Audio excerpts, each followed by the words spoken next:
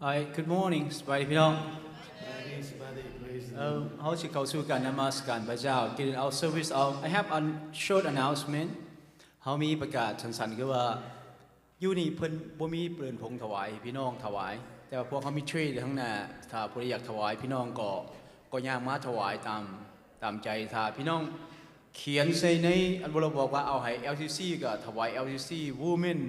Ministry พี่น้องก็เขียนลงถ่ายพี่น้องบ่เขียนก็แสดงว่าเป็นของโบสถ์ right why trade just walk out yourself anytime you feel like offering you yourself is God call you to think so no one pushing you to give offering so anytime in the moment you feel right you just put the gift in there and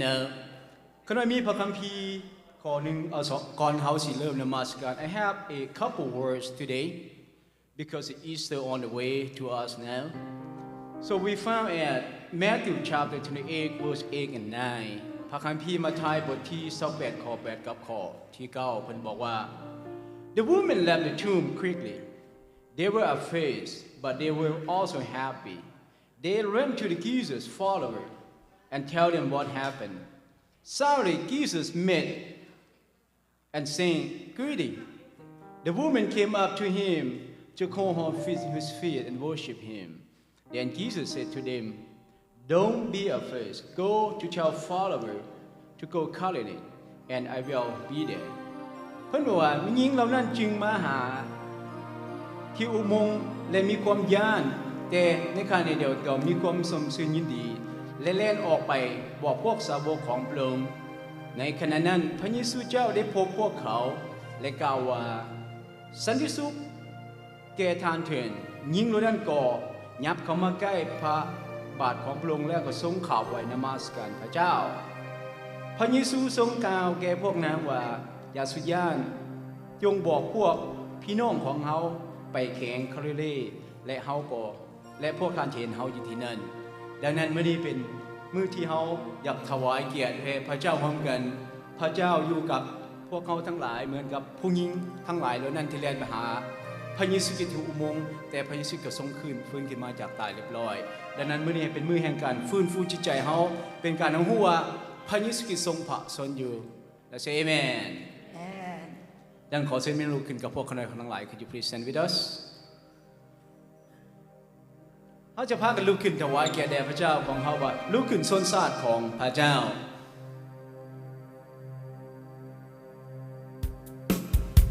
เอานมัสการพระองค์เอายกมือสรรเสริญพระเจ้าตัวมือสรรเสริญพระองค์พระองค์ทรงชามกลางเราทั้งหลาย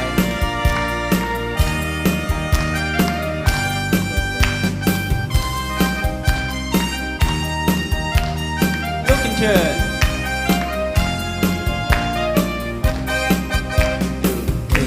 สันสารของพระเจ้าของเองสรรเสริญพระวิสาชื่อสมแลของฉันเสริญพระนามของฉันเสริญพระนามของฉันเสริญพระนามโอคริสเตียนทรงเป็นความสว่างพระบิดาของเราเศร้าเมืองฟ้าเอาจะบ่ยาในพระองค์เอาวางใจขึ้นจนศาสตร์ของพระเจ้าเองฉันแสนพระวิสาขชื่อสมและของฉันแสนพระนามของฉันแสนพระนามของฉันแสนพระนามโอคริสเตียนทรงเป็นความสว่างพระบิดาของเราเศร้าเมืองฟ้าห้ามจะบ่ยานในพระองค์เอาวางใจอย่าแลเพราะเราอยู่กับเจ้าเอเมนอย่าตกใจ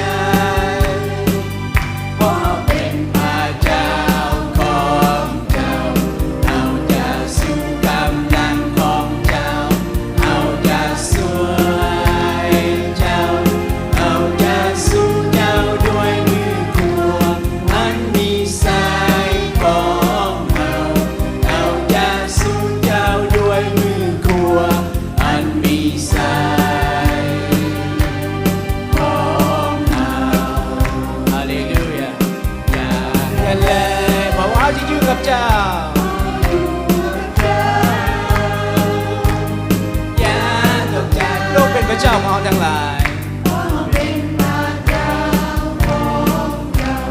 เอาจะสู้กำลังของเจ้าเอาจะสู้เจ้าเอาจะสู้เจ้าด้วยมือขวาอันมีสายของเอาจะสู้เจ้าด้วยมือขวาอันมีสายของเอเมนใจของข้าเอาผ่านอ่อนทนเต็มล้นด้วยไฟพระวิญญาณที่ทรงประทานบอกวางสุดไปเป็นไฟให้เลื่อนบนโอ้ฮาเลลูยาโอ้ฮาเลลูยาโอ้ฮาเลลูยาสรรเสริญพระผู้เป็นโอ้ฮาเลลูยาโอ้ฮาเลลูยาโอ้ฮาเลลูยาสรรเสริญพระผู้เป็นเจ้าใจของข้าเอาผ่านอ่อนทนเต็มล้นด้วยไฟแห่งพระวิญญาณที่ทรงประทานบอกวางสุดไปเป็นไฟที่เลื่อนบ่สิ้นสุดโอ้ฮาเลลูยาโอ้ฮาเลลูยาสรรเสริญพระผู้เป็นเจ้าว่าฮาเลลูยาโอ้ฮาเลลูยาโอ้ฮาเลลูยาสรรเสริญพระผู้เป็นเจ้า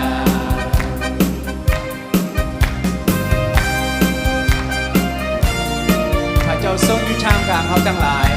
เอาได้รับกำลังของพระเจ้าทรงอยู่ด้วยกับเขา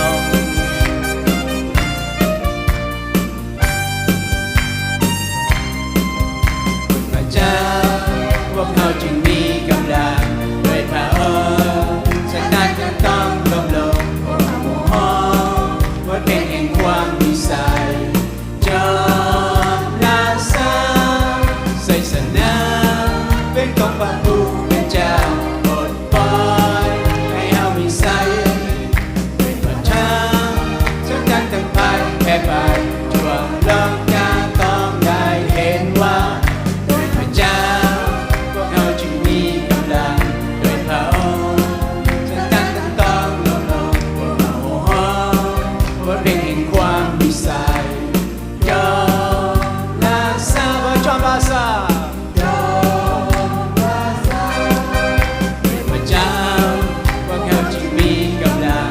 ด้วยพระองค์สันดานทั้งต้องล้มลงโอ้โหว่าเป็นแห่งความวิสัย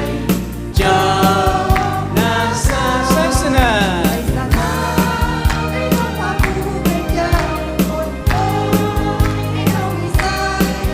ด้วยพระเจ้าใส่ดันทั้งพายแพ้ไปทั่วโลกจะต้องได้เห็นว่าด้วยพระเจ้าพวกเขาจึงมีกำลังด้วยพระองค์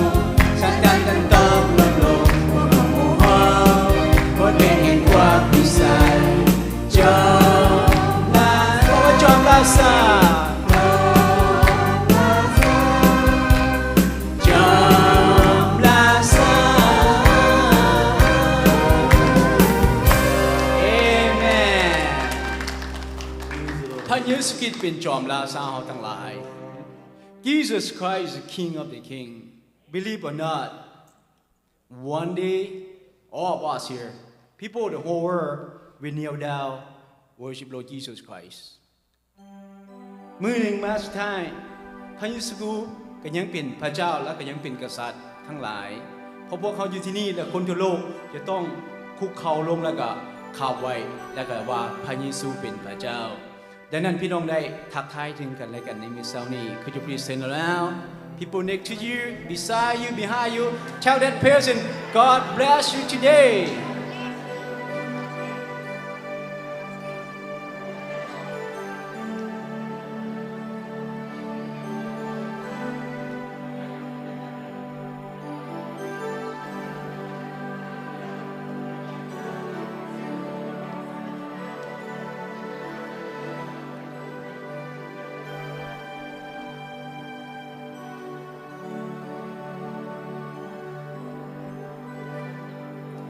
เอเมนขอพระเจ้าอวยพรพี่น้องฮู้บ่พระเยซูคริสต์อยู่ที่ใดสันติสุขก็เกิดขึ้นอยู่ที่นั่นแล้วก็พระเยซูอยู่ที่ใดความหวังก็อยู่ที่นั่น ดังนั้นเฮานมัสการพระองค์ในบทเพลงที่ว่าพระเยซูเป็นผู้ยกบาปแก่เฮาทั้งหลาย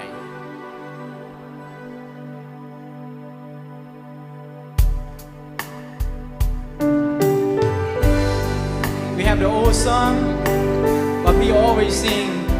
and worship Lord Jesus Christ where He is that's in heaven พระเยซูโปรดให้คนบาปโลกนี้กับกายกายคือสวรรค์ทำการความทุกข์ผูกพังเลือนลายพระองค์อยู่นานก็คือสวรรค์ฮาเลลูยาสมสิ้นยินดีเมื่อพระองค์โปรดยกโทษชวนชีทำอกทางนั้นก็บ่สำคัญพระองค์อยู่นานก็คือสวรรค์ก่อนสวรรค์สันฟ้าคือกายแต่เมื่อภาคีทรงยังกำพาจิตใจเป็นสุขเพราะพระองค์กายร้อยกำสาบานตลอดเวลา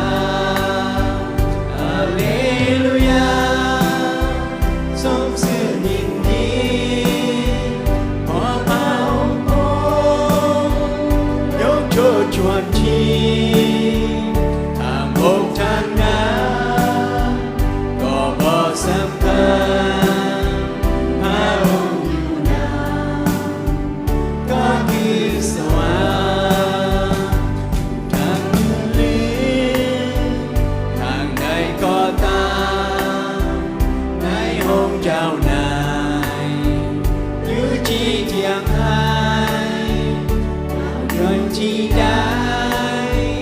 ก็บ่สำคัญพระองค์อยู่นานก็คือสวรรค์ฮาเลลูยาทรงสิ้นยินดีเพื่อพระองค์โปรดยกโทษชวนชีทางอกทางนั้นก็บ่สำคัญพระองค์อยู่นานก็คือสวรรค์ฮาเลลูยาเอเมนทรงสิ้นยินดีเมื่อพระองค์โปรดยกโทษชวนชีทางอกทางนั้นก็บ่สำคัญพระองค์อยู่นานก็คือสวรรค์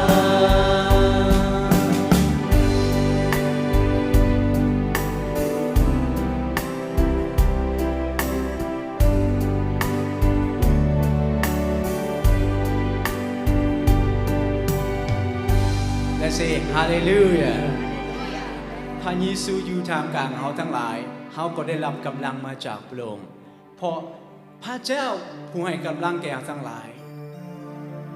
As long we have Lord Jesus Christ in our side we have strength Strength is not what you work out at the gym anywhere you are Strength make you walk day by day with the Lord Jesus Christ because in front of us tomorrow we don't know what happened You might be see good people, bad people, but you know what? As long we have Lord Jesus Christ, die today, tomorrow, we still Lord with us. Just be proud yourself to become Christian. พี่น้องต้องภูมิใจในตัวเองว่าเขาเป็นลูกของพระเจ้า ถึงเขาจะตายมื้อนี้มื้ออื่นก็บ่เป็นสิ่งที่สำคัญเพราะอย่างเพราะเขาได้อยู่กับพระเจ้า มื้อพี่น้องอาจจะเห็นคนดีและคนบ่ดีในชีวิตของท่านแต่สิ่งที่สำคัญคือว่าเฮามีพระเจ้าเฮามีพระวิญญาณเฮามีพระเยซูในชีวิตของเฮาดังนั้นแหละศาสนาก็เกิดขึ้นท่ามกลางชีวิตของเฮาทั้งหลายเมื่อพระวิญญาณอยู่กับเฮาทั้งหลาย เขาก็มีเศษซากที่มาจากบนโลกนี้ดังนั้นวันลาซองพิเดจิตวิญญาณข้าสรรเสริญพระเจ้า If you know this song close your eye that God speak to you let's sing from your heart open your heart let your ear hear the voice let joy วันลาซอง together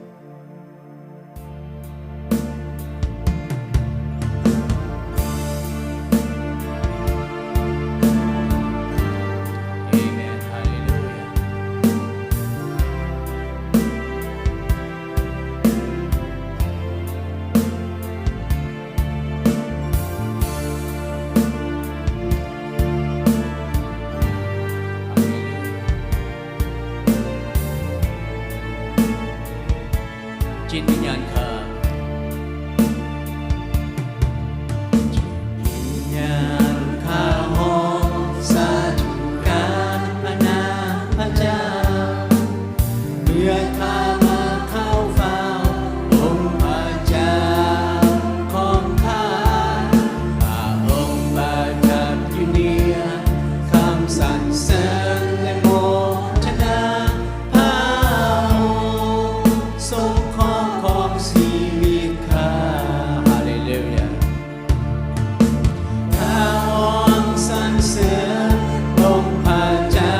ผู้ทรงเมตตาทรงเป็นพระเจ้ายิ่งใหญ่ของข้าให้ชีวิตข้าเป็นเครื่องบูชาบริสุทธิ์แนวพระเจ้าสูงสุด Amen Hallelujah วิญญาณข้าหอมสาธุการพระนามพระเจ้าเมื่อข้ามาเข้าเฝ้าองค์พระเจ้าของข้าข้าองค์ประทับอยู่เหนือคำสรรเส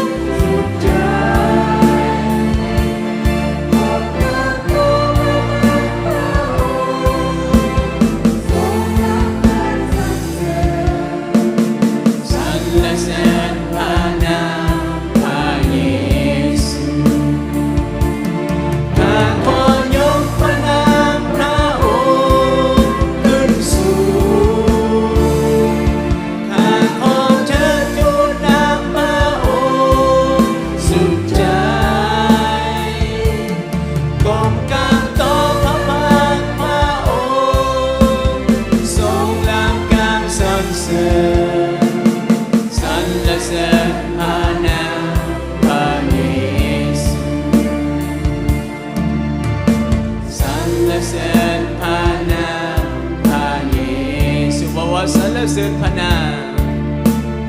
สรรเสริญพระนามพระเยซูสรรเสริญพระนา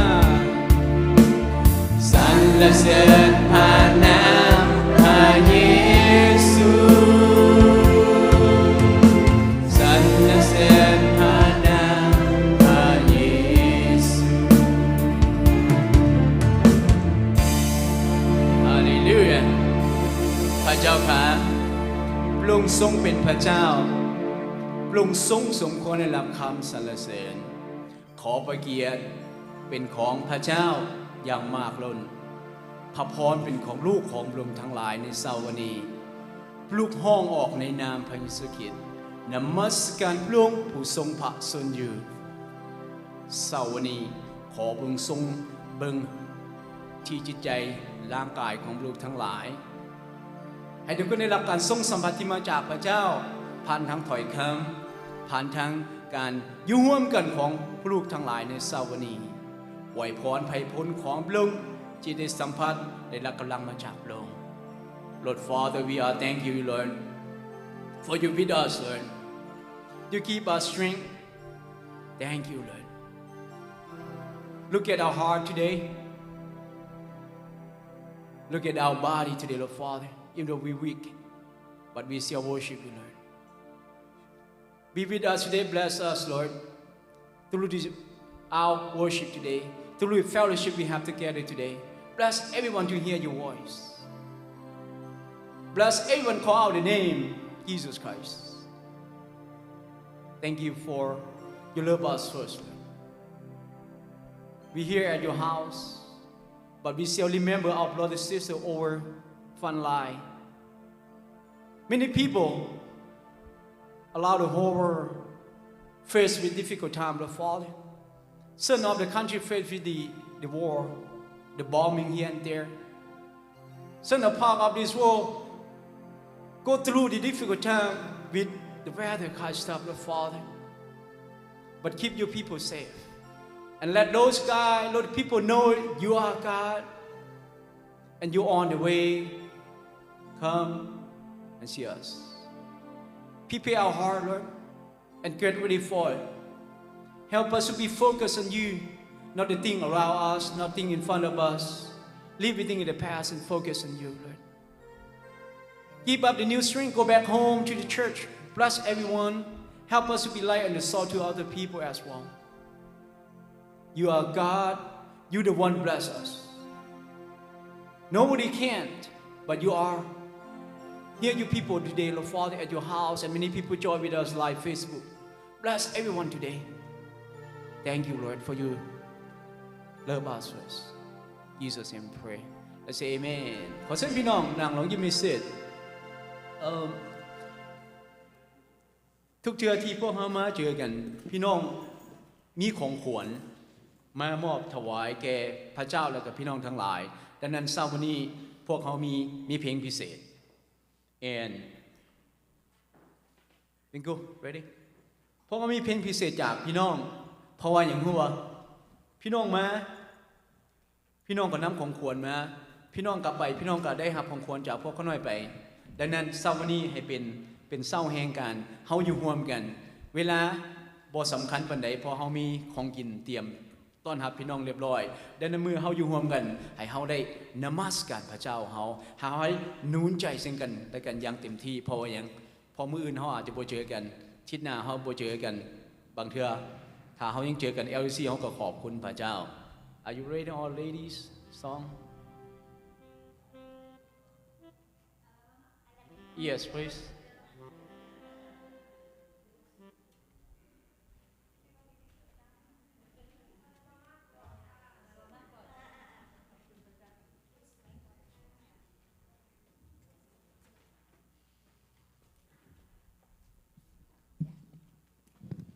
ขอบคุณพระเจ้าเนาะพี่น้องได้เจอกันอีกจนขอบคุณพระเจ้าเรามาตั้งแต่วันไหนกันพี่น้องศุกร์เสาร์เนาะอาทิตย์ก็ขอบคุณพระเจ้าที่เราวันนี้เราได้นมัสการร่วมกันนี่ก็คือความฝันของโบสถ์เล็กๆแกนเบย์อลาบามาที่จะได้มาสรรเสริญพระเจ้าบนเวทีนี้เนาะก็ขอบคุณพระเจ้าที่เรา พี่น้องเราคือครอบครัวเนาะเราไม่ใช่แขกไม่ใช่ใครแล้วเนาะเราคือครอบครัวเนาะเรารู้จักกันแล้ว เราคือครอบครัวแล้วนี้ครอบครัวเราก็คือใครพี่น้องหัวหน้าครอบครัวเราอะพระเยซูใช่ไหมพี่น้องเป็นหัวหน้าครอบครัวเราอันนี้ก็คือขอความร่วมมือกับพี่น้องเนาะเพราะครอบครัวทำอะไรต้องทำร่วมกันเลยพี่น้อง ต่างคนต่างทำไม่ได้เนาะไม่เป็นครอบครัวต้องช่วยกันทำเนาะเมื่อไหร่ก็ตามที่เราถามว่าหัวหน้าครอบครัวเราคือพี่น้องต้องตอบว่าพระเยซูนะเราช่วยกันเนาะช่วยกันร้องเอาไหมพี่น้องไหมได้ไหมครับพี่น้องเสียงดังๆได้ไหมล่ะเนาะสีเมือบ้านเราได้ลางต่างบางรัฐก็ขับรถ20 กว่าชั่วโมงเนาะมินนิโซตาเป็นกำลังใจให้นะคะอาลาบามาก็ประมาณ7 หรือ 8 ชั่วโมงพี่น้องรวมถึงพี่น้องเท็กซัสพี่น้องอื่นอีกเราจะแยกย้ายกันกลับบ้านแล้วเราจะมาเจอกันอีกในจุลายพี่น้องเราต้องบอกไว้เลยเจอกันที่จุลายบอกพี่น้องพูดสิเราจะเจอกันเดือนรับปากแล้วจันวินตาจดชื่อนะคะเพราะฉะนั้นเราจะมาเจอกันอีกพี่น้องถ้าเราบอกว่าเราจะมาเราจะได้มาถ้าเราบอกเราสงสัยไม่ได้มาพี่น้องไม่มีทางได้มาพี่น้องบอกเลยเราจะเจอกันขอพระเจ้าเปิดทางให้กับเราและผูกมัดทุกอย่างที่มันจะมาดึงเราเอเมนเราร้องด้วยกันนะคะหัวหน้าครอบครัวเราคือพระเยซูเมื่อใดก็ตามที่พี่น้องได้ยินหัวหน้าครอบครัวเราคือพี่น้องต้องตอบพระเยซูนะคะให้เราลุกขึ้นด้วยกันและตบมือด้วยกันนะคะ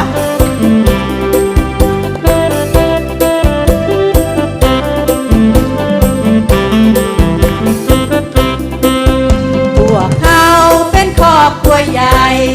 ทำอะไรเราร่วมใจช่วยกันจะสุขจะทุกข์เราร่วมแบ่งปันร่วมอธิษฐานเพื่อฉันเพื่อเธอพวกเขาครอบครัวสุขสันต์ส่งยิ้มให้กันชาโลมสัมเป็นพี่เป็นน้องเป็นครอบครัวเดียวกันเด้อเมื่อฉันและเธออยู่ในพระกายหัวหน้าครอบครัวเขาคือหัวหน้าครอบครัวเขาคือท่านส่งเลี้ยงดูเฮาบ่ห่างหายแต่งปันความรักกับทอดสายใหญ่เอาครอบครัวใหญ่ครอบครัวพระเยซูขอพระเจ้าอวยพระพรพี่น้องทุกๆคนนะพี่น้องขอให้เราเติบโตและเข้มแข็งขอให้เรานั้นเป็นแสงสว่างไม่ว่าเราจะอยู่ที่แห่งใดขอพระเจ้าใช้เราทุกที่ทุกคนทุกแห่งที่เราก้าวไปขอพระเจ้ามอบให้กับพวกเราพี่น้อง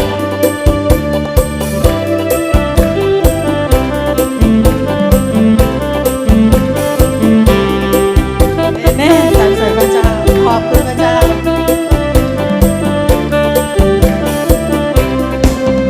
พวกเขาเป็นครอบครัวใหญ่ทำอะไรเราร่วมด้วยช่วยกันจะสุขจะทุกข์เราร่วมแบ่งปันร่วมอธิษฐานเพื่อฉันเพื่อเธอพวกเขาเป็นครอบครัวใหญ่สวมกอดทักทายเราชื่นใจน่าดูความรักสดใหม่เป็นบ้านน่าดูความรักพระเยซูชาโลมชาโล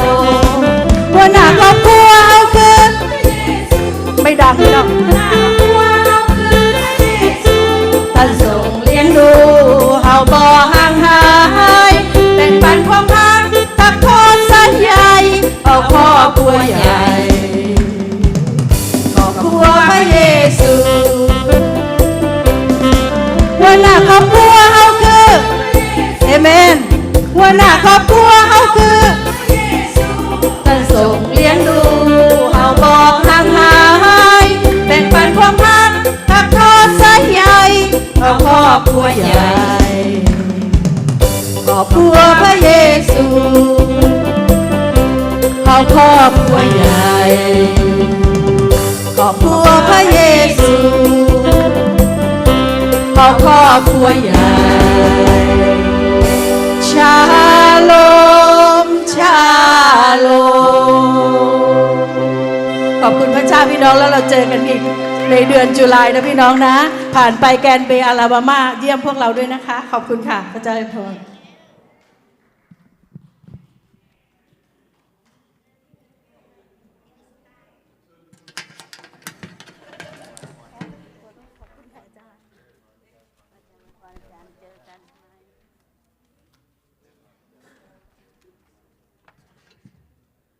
เมนขอบคุณพระเจ้าเพิ่นว่าที่จริงพวกเขาควรยกโป้ยเพิ่นไว้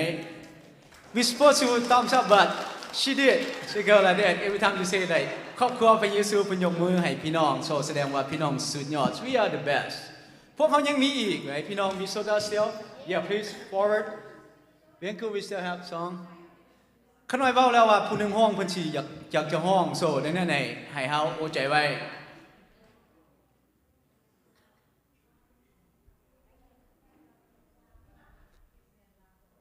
Yeah, please come forward, please. Yeah, ก็พี่น้องนี่พี่น้องมีโซดาเพิ่นก็อยากห้องคือกัน so ดังนั้นเมื่อพี่น้องมีโซดาลงไปพวกเขาก็ยังมีฟอร์ริดาอีกพี่น้องเพราะว่าพวกเขาก็บ่ได้ยอมแพ้พี่น้องคือกัน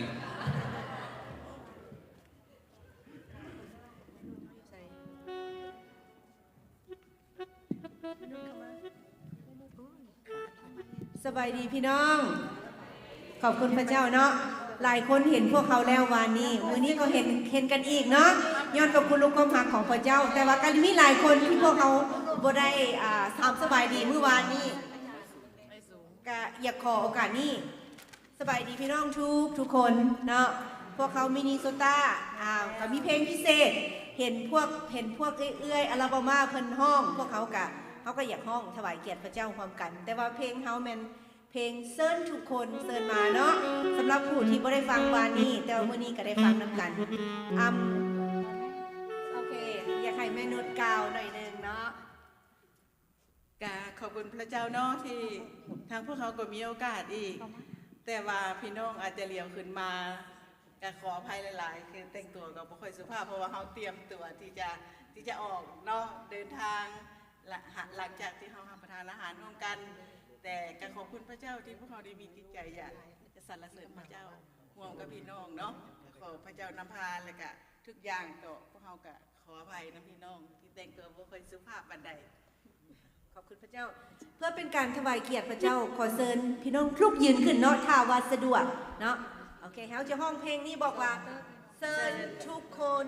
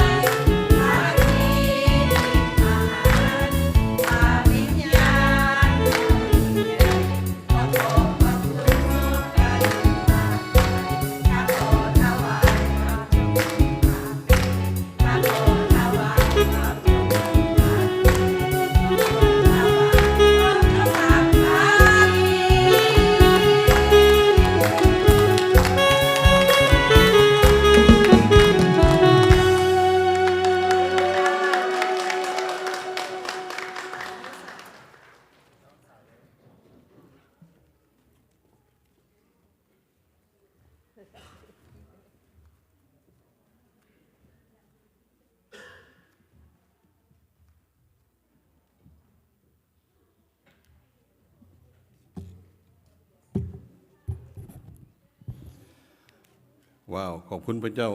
ให้พวกเขาตบมือให้กับนักร้องอีกคนหนึ่งเนาะที่เป็นนักร้องที่เสียงทองด้วยกันทั้งนั้นเลยขอบคุณพระเจ้าอยากจะขอถือโอกาสนี้ขอบใจน้ำพี่น้องที่มาจากทั้งใกล้และไกลเนาะที่ได้มาร่วมนมัสการกับพวกเขาในมื้อนี้และพิเศษสุดก็อยากจะถือโอกาสนี้แนะนำให้พี่น้องได้ฮู้ได้เห็นกับพี่น้องที่เป็นแขกที่มาจากทั้งไกลสุดข้าพเจ้าคิดว่าคงจะบ่สู่ทันนี่เนาะที่เพิ่นอยู่ในอเมริกานั่นแหละแต่ว่าไปอยู่ไปมาๆเนาะอยู่ในประเทศไทยอยากจะขอเรียนเชิญยานางเดือนยืนขึ้นออกมาจากประเทศไทยพี่น้องนี่ใส่แล้วตบมือให้เพิ่นน่ะข้างๆพี่แล้วก็เดือน4ที่จะมาถึงนี่เพิ่นก็จะเดินทางกลับสู่เชียงใหม่เนาะขอบคุณพระเจ้าที่ท่านได้มีโอกาสได้มาร่วมกับพวกเขาเนื่องในโอกาสนี้ไกลสุดอีกก็คือแคลิฟอร์เนียหลานสาวกับหลานเคยเนาะที่นางแม็กกับสามีของเพิ่นเนาะก็ตื่นขึ้นแล้วก็ทั้งสองจะเดินทางกลับในตอนแรงนี้ด้วยแล้วก็ไกลต่อมาก็คงจะบ่เหนือมินนิโซตาเนาะอยากจะขอเรียนเชิญพี่น้องมินนิโซตายืนขึ้นเบิ่งมินนิโซตาได้เดินทางไกลถึง15ชีวิตพี่น้องแล้วก็ขับรถ20กว่าชั่วโมงแล้วก็ระยะทางประมาณ 1,600 กว่าไมล์เนาะแล้วมื้อนี้ก็จะเหยียบอีก 1,600 กว่าไมล์กลับสู่มินนิโซตานี่ถือว่าเป็นพระพรอันอย่างยิ่งที่พวกเพิ่นได้มีโอกาสได้มาพบสิ่งกันพวกเขาเป็นครอบครัวโอ้ขอบคุณพระเจ้าแล้วก็ไกลที่โตมาอีกก็คงจะบ่เท่าเท็กซัสเนาะเท็กซัสเนี่ยทั้งไก่ทั้งใหญ่ มาตั้งแต่วันอังคารเลยจะเมื่อวันอังคารแล้วเพิ่นว่าเทื่อหน้ามาอยู่3 เดือนข้าพเจ้าสิ่งที่ข้าพเจ้าเป็นห่วงบ่เป็นห่วง2 คนนี่แต่ห่วงสามี ผู้อยากอยู่กินกันได้เลยเนาะก็ขอบคุณพระเจ้ามาจากเท็กซัส2 ท่านขอเฮียนเชิญวาสนากับไหคำอย่าความยิ่งไหคำนี่บ่แม่นผู้อื่นผู้ไกลเป็นคน2 ชาติ2 ประเทศ2 แขวง2 รัฐ มินนิโซตาก็แม่นไหคำเท็กซัสก็แม่นไหคำเนาะแล้วก็ขอบคุณพระเจ้าต่อมาอีกก็แม่นเคนซัสกับบ่ใกล้ปานใดเนาะเคนซัสเนาะเอื้อใหญ่ของพวกเขาอยู่ไสล่ะบรรณภาขอบคุณพระเจ้ายังมีใส่อีกบ่ที่ข้าพเจ้าบ่ได้ใกล้ที่สุดก็คงเป็นเพื่อนบ้านเฮาเนาะคืออาลาบามาไว้อาลาบามา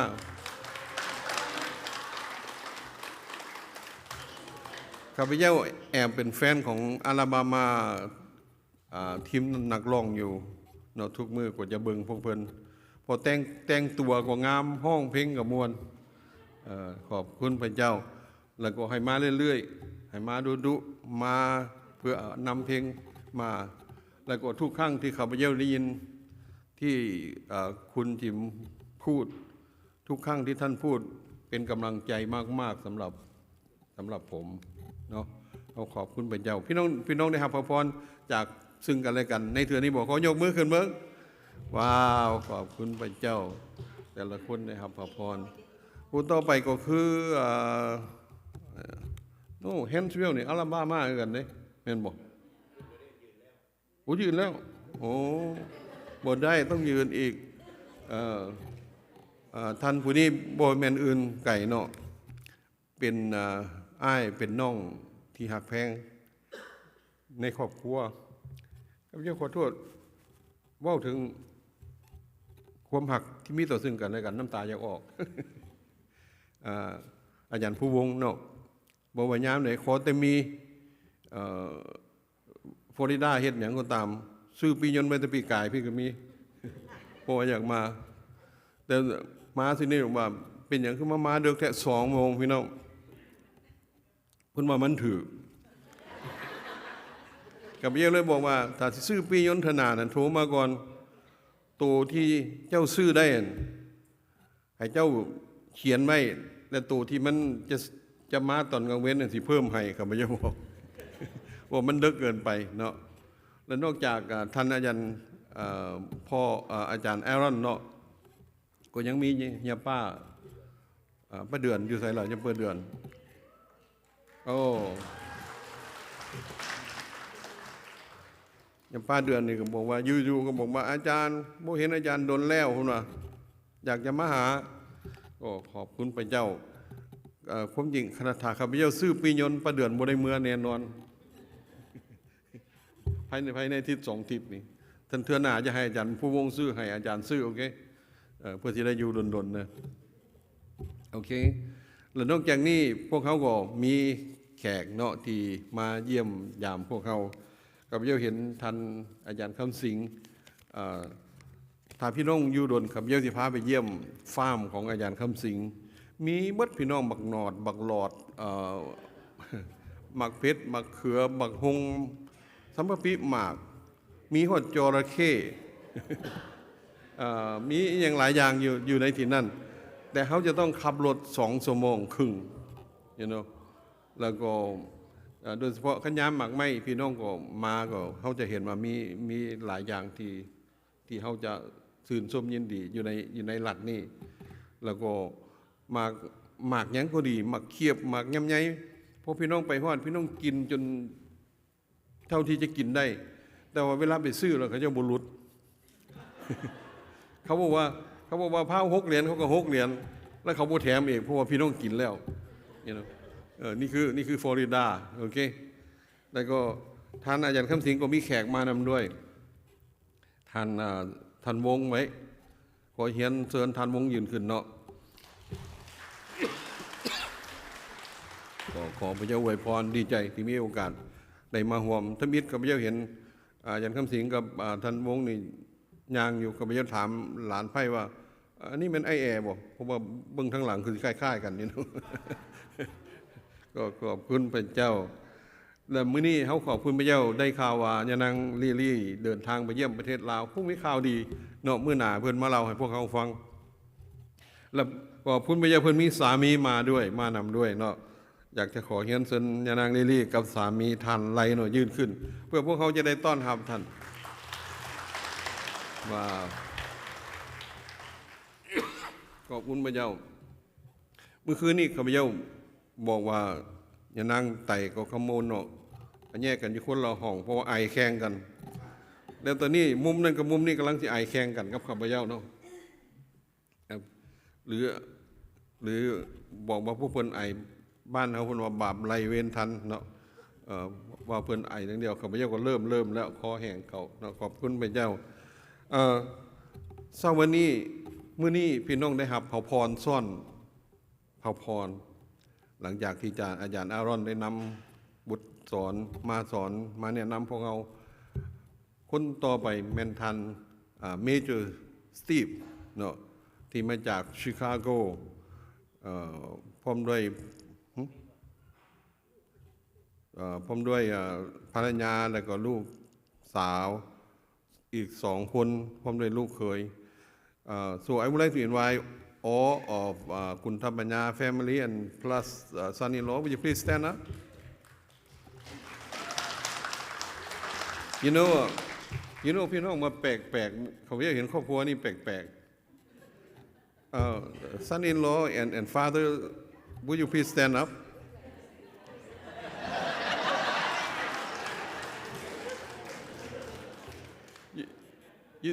You think they look alike?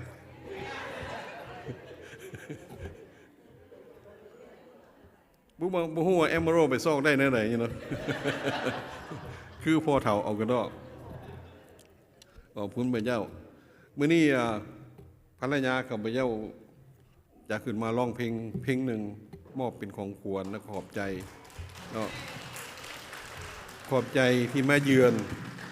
ขอบใจสำหรับน้ำใจปัจจัยความหักที่พี่น้องถอกเทลงที่สหพันธ์คริสตจักรลาวและพวกข้าพเจ้าก็อยากจะขอมอบคืนให้กับพี่น้องให้พี่น้องได้รับ30 เท่า60 เท่าแล้วก็100 เท่าขอพระเจ้าอวยพรพี่น้องทุกๆคนขอเฮียนเชิญ หลังจากเพิ่นลงไปขอเชิญท่านเมเจอร์สตีฟเนาะขึ้นมาเพื่อจะนำพระคำของพระเจ้าให้กับพวกเขา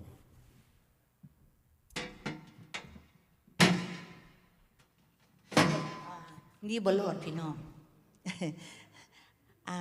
ขอบคุณพระเจ้าน้องพี่น้องที่2-3 วันที่ผ่านมานี่นะพวกเราได้เห็นถึงความหักความอดทนความสามัคคีธรรมได้เห็นพระพรพระเจ้าได้หลั่งไหลสู่ชีวิตของพี่น้องทุกคน ซึ่งเฮามีรวมกันครั้งนี้นั้นพระเจ้าได้ทรงเป็นความหักใส่ชีวิตของพี่น้องทั้งหลายพอดวงใจของเราเต็มรุ่นด้วยความหักที่มาจากพระเจ้างานนี้ยังสำเร็จผลไปเดียวดีให้เขาต้องเมื่อให้เกียรติพระเจ้าเขานอกสรรเสริญขอบคุณพระเจ้านะเพราะว่าพระเจ้าทรงหักเฮาเสมอบ่ว่าเฮาอยู่ในสถานะอันใดอยากบอกพี่น้องมาพระองค์หักเฮาทุกคน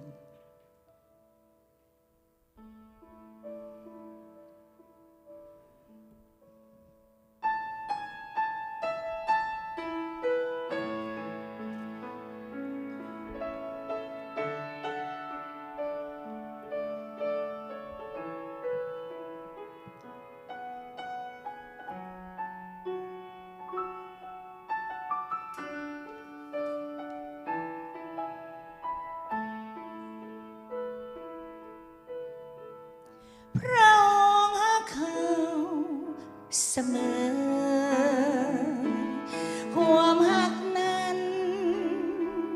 คือหักนิรันดร์อยู่ในใจอยู่ในชีวิตหากพระองค์นั้นแสนยิ่งใหญ่พระองค์ต้องการให้เฮามีความหักเหมือนเส้นพระองค์หักต่อทน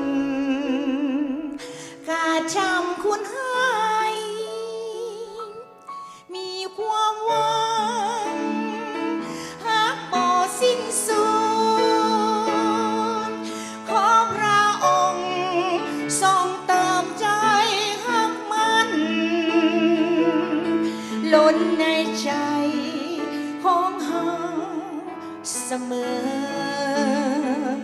หากมีวันใดความหักนั้นจืดจางโปรดนำทางความหักกลับสู่พระองค์หักย่อมบ่เห็นแก่ตัวบ่อิจฉาซื่นชมยินดีและเสื้อในส่วนดีของเขามีความหวังหากบ่สิ้นสุด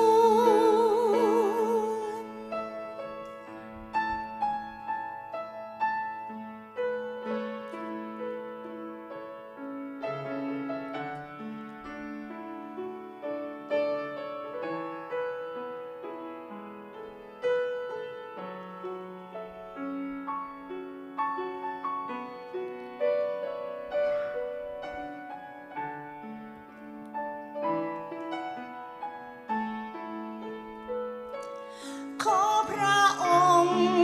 ทรงเติมใจหักมันล้นในใจของเฮาเสมอหากมีวันใดความหักนั้นจืดจางโปรดนำทางความสู่ความหักพระองค์หักนั้นย่อมเห็นแก่ตัวบ่อิจฉาซื่นชมยินดีและเสื้อในส่วนดีของเขามีความหวังห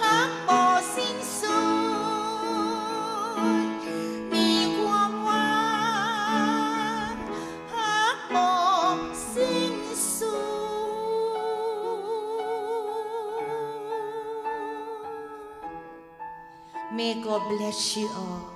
พระเจ้าอวยพร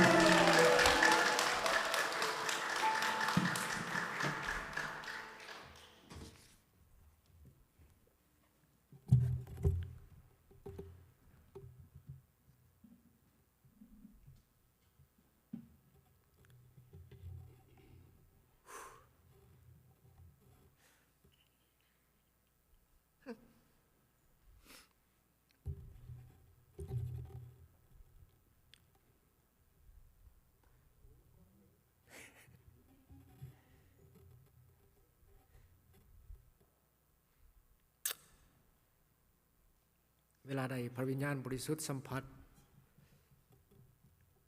ความรักของพระเจ้า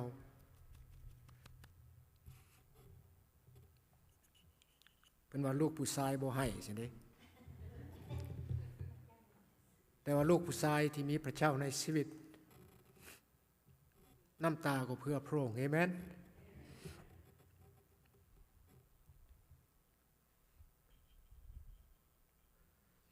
ขอบใจนำที่มีโอกาสที่จะร้องเพลงให้เขาเห็นลูกผู้ชายแห่งบ่ได้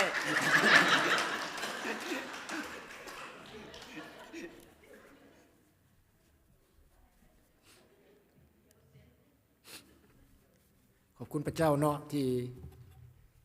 เป็นเกียรติที่ท่านอาจารย์อินตาได้มีโอกาสได้เสริญข้าพเจ้าขึ้นเทศนาในตอนเช้าของวันอาทิตย์แล้วก็ขอบคุณในคริสตจักรอาจารย์บุญมีแล้วก็พี่น้องทุกๆคนได้ให้การต้อนรับอย่างอบอุ่นเนาะนี่เป็นน้ำพระทัยของพระเจ้าที่จริงแล้วบ่คิดอยากมาเพราะว่าเป็น Women Conference ข้าพเจ้าก็บ่เคยไปร่วม Women Conference จักเทื่อแต่ว่าปีนี้ถึกยั่วมาก็เลยได้มาถึกหลอกแน่เพิ่นว่าเจ้าไปเนี่ยบ่ได้เฮ็ดหยังไปแต่ตึกป่าไปลิ้นไปเที่ยวข้าพเจ้าก็โอ้คือเด้โทรไปหาท่านแอร์เอ้ยเตรียมเรือไว้ได้เลยไปมื้อมื้อเว้นแล้วมื้อนี้หลังจากกลับมามันก็เป็นแบบไปแนวมื้อไปเนาะแต่ว่าพี่น้องรู้จักบ่พระเจ้าได้อวยพรในชีวิตของข้าพเจ้าอยู่ตลอดเวลามาที่นี่เวลามาร่วมในงานของสตรีก็เครือทำอิฐเหมือนกับอาจารย์เอเรนได้ร่วมเป็นเครือทั้งทำอิฐในชีวิตเนาะในการรับใช้มา30กว่าปีแต่มาถึงมื้อทำอิฐพี่น้องฮู้บ่แต่มื้อทำอิฐจนถึงมื้อสุดท้ายมื้อวานนี้กลางคืนเนาะข้าพเจ้าสูญเสียน้ำตาหลายพี่น้องให้น้ำผู้หญิงข้าพเจ้าก็บ่ฮู้ว่าเป็นด้วยเหตุใดข้าพเจ้าคิดในใจมากคือทอดอีแม่บ่วะพอเห็นแต่ผู้หญิงพ่อแม่ก็จากไปแล้วเนาะแต่ว่าเมื่อคืนแล้วข้าพเจ้าถามพระเจ้าว่าเป็นหยังข้าพเจ้าคือให้แท้พระเจ้าบอกว่าเพราะว่าหยังเพราะว่าพระวิญญาณบริสุทธิ์ได้ทรงสวมทับอยู่ในที่แห่งนั้นข้าพเจ้าขอบคุณพระเจ้าในทุกๆครั้งที่สตรีได้ร่วมกันเนาะพระวิญญาณบริสุทธิ์สวมทับข้าพเจ้าก็เชื่อในอย่างนั้นเพราะว่าเวลาใดที่ข้าพเจ้าได้เสียน้ำตานะพระวิญญาณบริสุทธิ์สวมทับในชีวิตข้าพเจ้าอยู่ตลอดเวลาและทำงานเคลื่อนไหวอยู่ตลอดเวลาข้าพเจ้าเชื่อในว่าใน